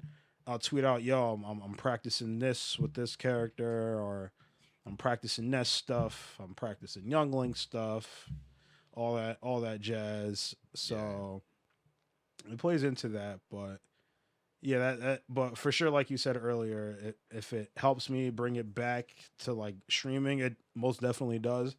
Because, so example, this one player in Westchester, Red Saw, shout out to Red Saw, he's a Bowser main, very good Bowser main. And my problem with Red Saw is, and this is just like a heavy problem in me against Bowser and heavies in general, and other people too. It's like, it doesn't matter how much you combo them or whatever. You need to take the stock. You got to kill them, and the more damage you pack onto them without killing them makes them more scary because of the rage mechanic. Right. So against Red Saw, I can hit him 50 times and not kill him. So now that only just makes him only have to hit me 3 to 4 times before I'm dead. And that's why he would beat me a lot and stuff. That he's a really good player at abusing Bowser's rage, like with the high %. Right. And like he knows, like when he has that rage, like he is so fearless because he knows that you're scared of him. Yeah, bro. You're like, all right, now you know to lock in when he's like almost nearing 100%. Exactly. Like that, yeah. So it's like that's one thing I noticed against him. I was like, I'm realizing I'm not taking his stocks. I'm letting him live too long. I'm letting him live too high %. And now that's making him get that comeback on me. Like I said, he just needs 3 to 5, 7 hits. And I'm dead compared to my 50 to 100 hits that I did to him. And then Bowser has that thing where, like, if he has a stock to spare, he'll just take you off the ledge with that freaking. Exactly. So it's like you got almost. Yeah, it's a very true. Bowser is also another player that I think, like, even if he's rated in low tiers, I think he's still a potential, like, high tier character if used properly. He used to be high. Like, at Bowser's peak, he was definitely a high tier character. Bro, like, I can agree with that. Yeah. Because, like, he's not even a bad character just because he's just Bowser and big. He gets hit by everything. And again, if you know your punish game on Bowser, you can just make him not play the game. Right. But that's the thing. You got to know that first. And if you give him that opportunity, if the Bowser player is good enough, they're going to take that inch and they're going to make it a mile. I would say now Bowser is around like the upper mid-tier level of the meta. Which would seem fitting because I know he's not the best character in the game, but it's like, oh, he's pretty, bro. He's scary. If you're playing against a wrong guy, he's a scary freaking character to play. Absolutely. Absolutely. And the thing, too, about it is, like, another thing with heavies in general is some characters I would I would know they're going to hit me, but I will put out a move to hit them to trade because I know my trade is going to be more beneficial to me than them. That doesn't work against Bowser. No, you can't afford to trade. He's too fucking big, yeah, bro. You can't afford to trade against Bowser or really. Same shit with Ganon, bro. Yeah, and like I said, it's a heavy problem. That's what the heavy characters, the heavy hitters. So like you can't afford to trade with them because it's always going to be in their favor, whether it's the damage output or the knockback. And it's like, that's the thing that makes this. So now it's like I have to be even more careful against Bowser when it comes to the rage. And then even then, you can use that fear factor against your opponent so much, that's gonna you're eventually just gonna tie yourself in a knot, and then you're just done. After that, it's what made the difference between the previous Smash and the current Smash. Like, I played Kirby and Pac-Man. I was gonna say play Pac-Man. Yeah. Regardless of which Smash I'm playing. However, in the previous Smash, I'm playing mostly Kirby, and in the current Smash, I'm playing mostly Pac-Man, because if I play a heavy, Pac-Man at least stands a chance. Where, I mean, not that Kirby doesn't stand a chance either. However, Kirby doesn't have any distance ability unless I'm able to get the swallow mode or whatever it's called, like pause. Yeah. Like whatever the fuck it's called, like. Yeah, it's so, like, if you're not able to get at least Pac-Man off rip has some like distance abilities or some aerials. But yeah, nah, dude. I mean, look, man, it was good to have you here. This was an absolute blast. I could go on for this for hours, and I'm hoping like we could do another episode soon. This was freaking awesome. It was great, like, man. Yeah, I had a blast just as much as you did, bro. Dude, this was phenomenal. I can't wait to do another one. I learned a lot. And I'm gonna learn again, because after this, best believe we're playing, bro. Like, oh yeah, we're locking in. We're locking in after this. My boy. And so with that said, dude, it was a pleasure having you here. And then real quick before we go, if you want to give a shout out to some of your channels and like what are your pages and whatnot. Oh, absolutely. So everything from Twitter, or X now, excuse me. Twitter. I'm still called Twitter. Everyone calls it Twitter. Twitter, YouTube, TikTok, Instagram, Threads. It's all the same stuff. SteRxThaxKiid. I'm going to spell it out for you because I'm a complicated dude. SteRxThaxKiid.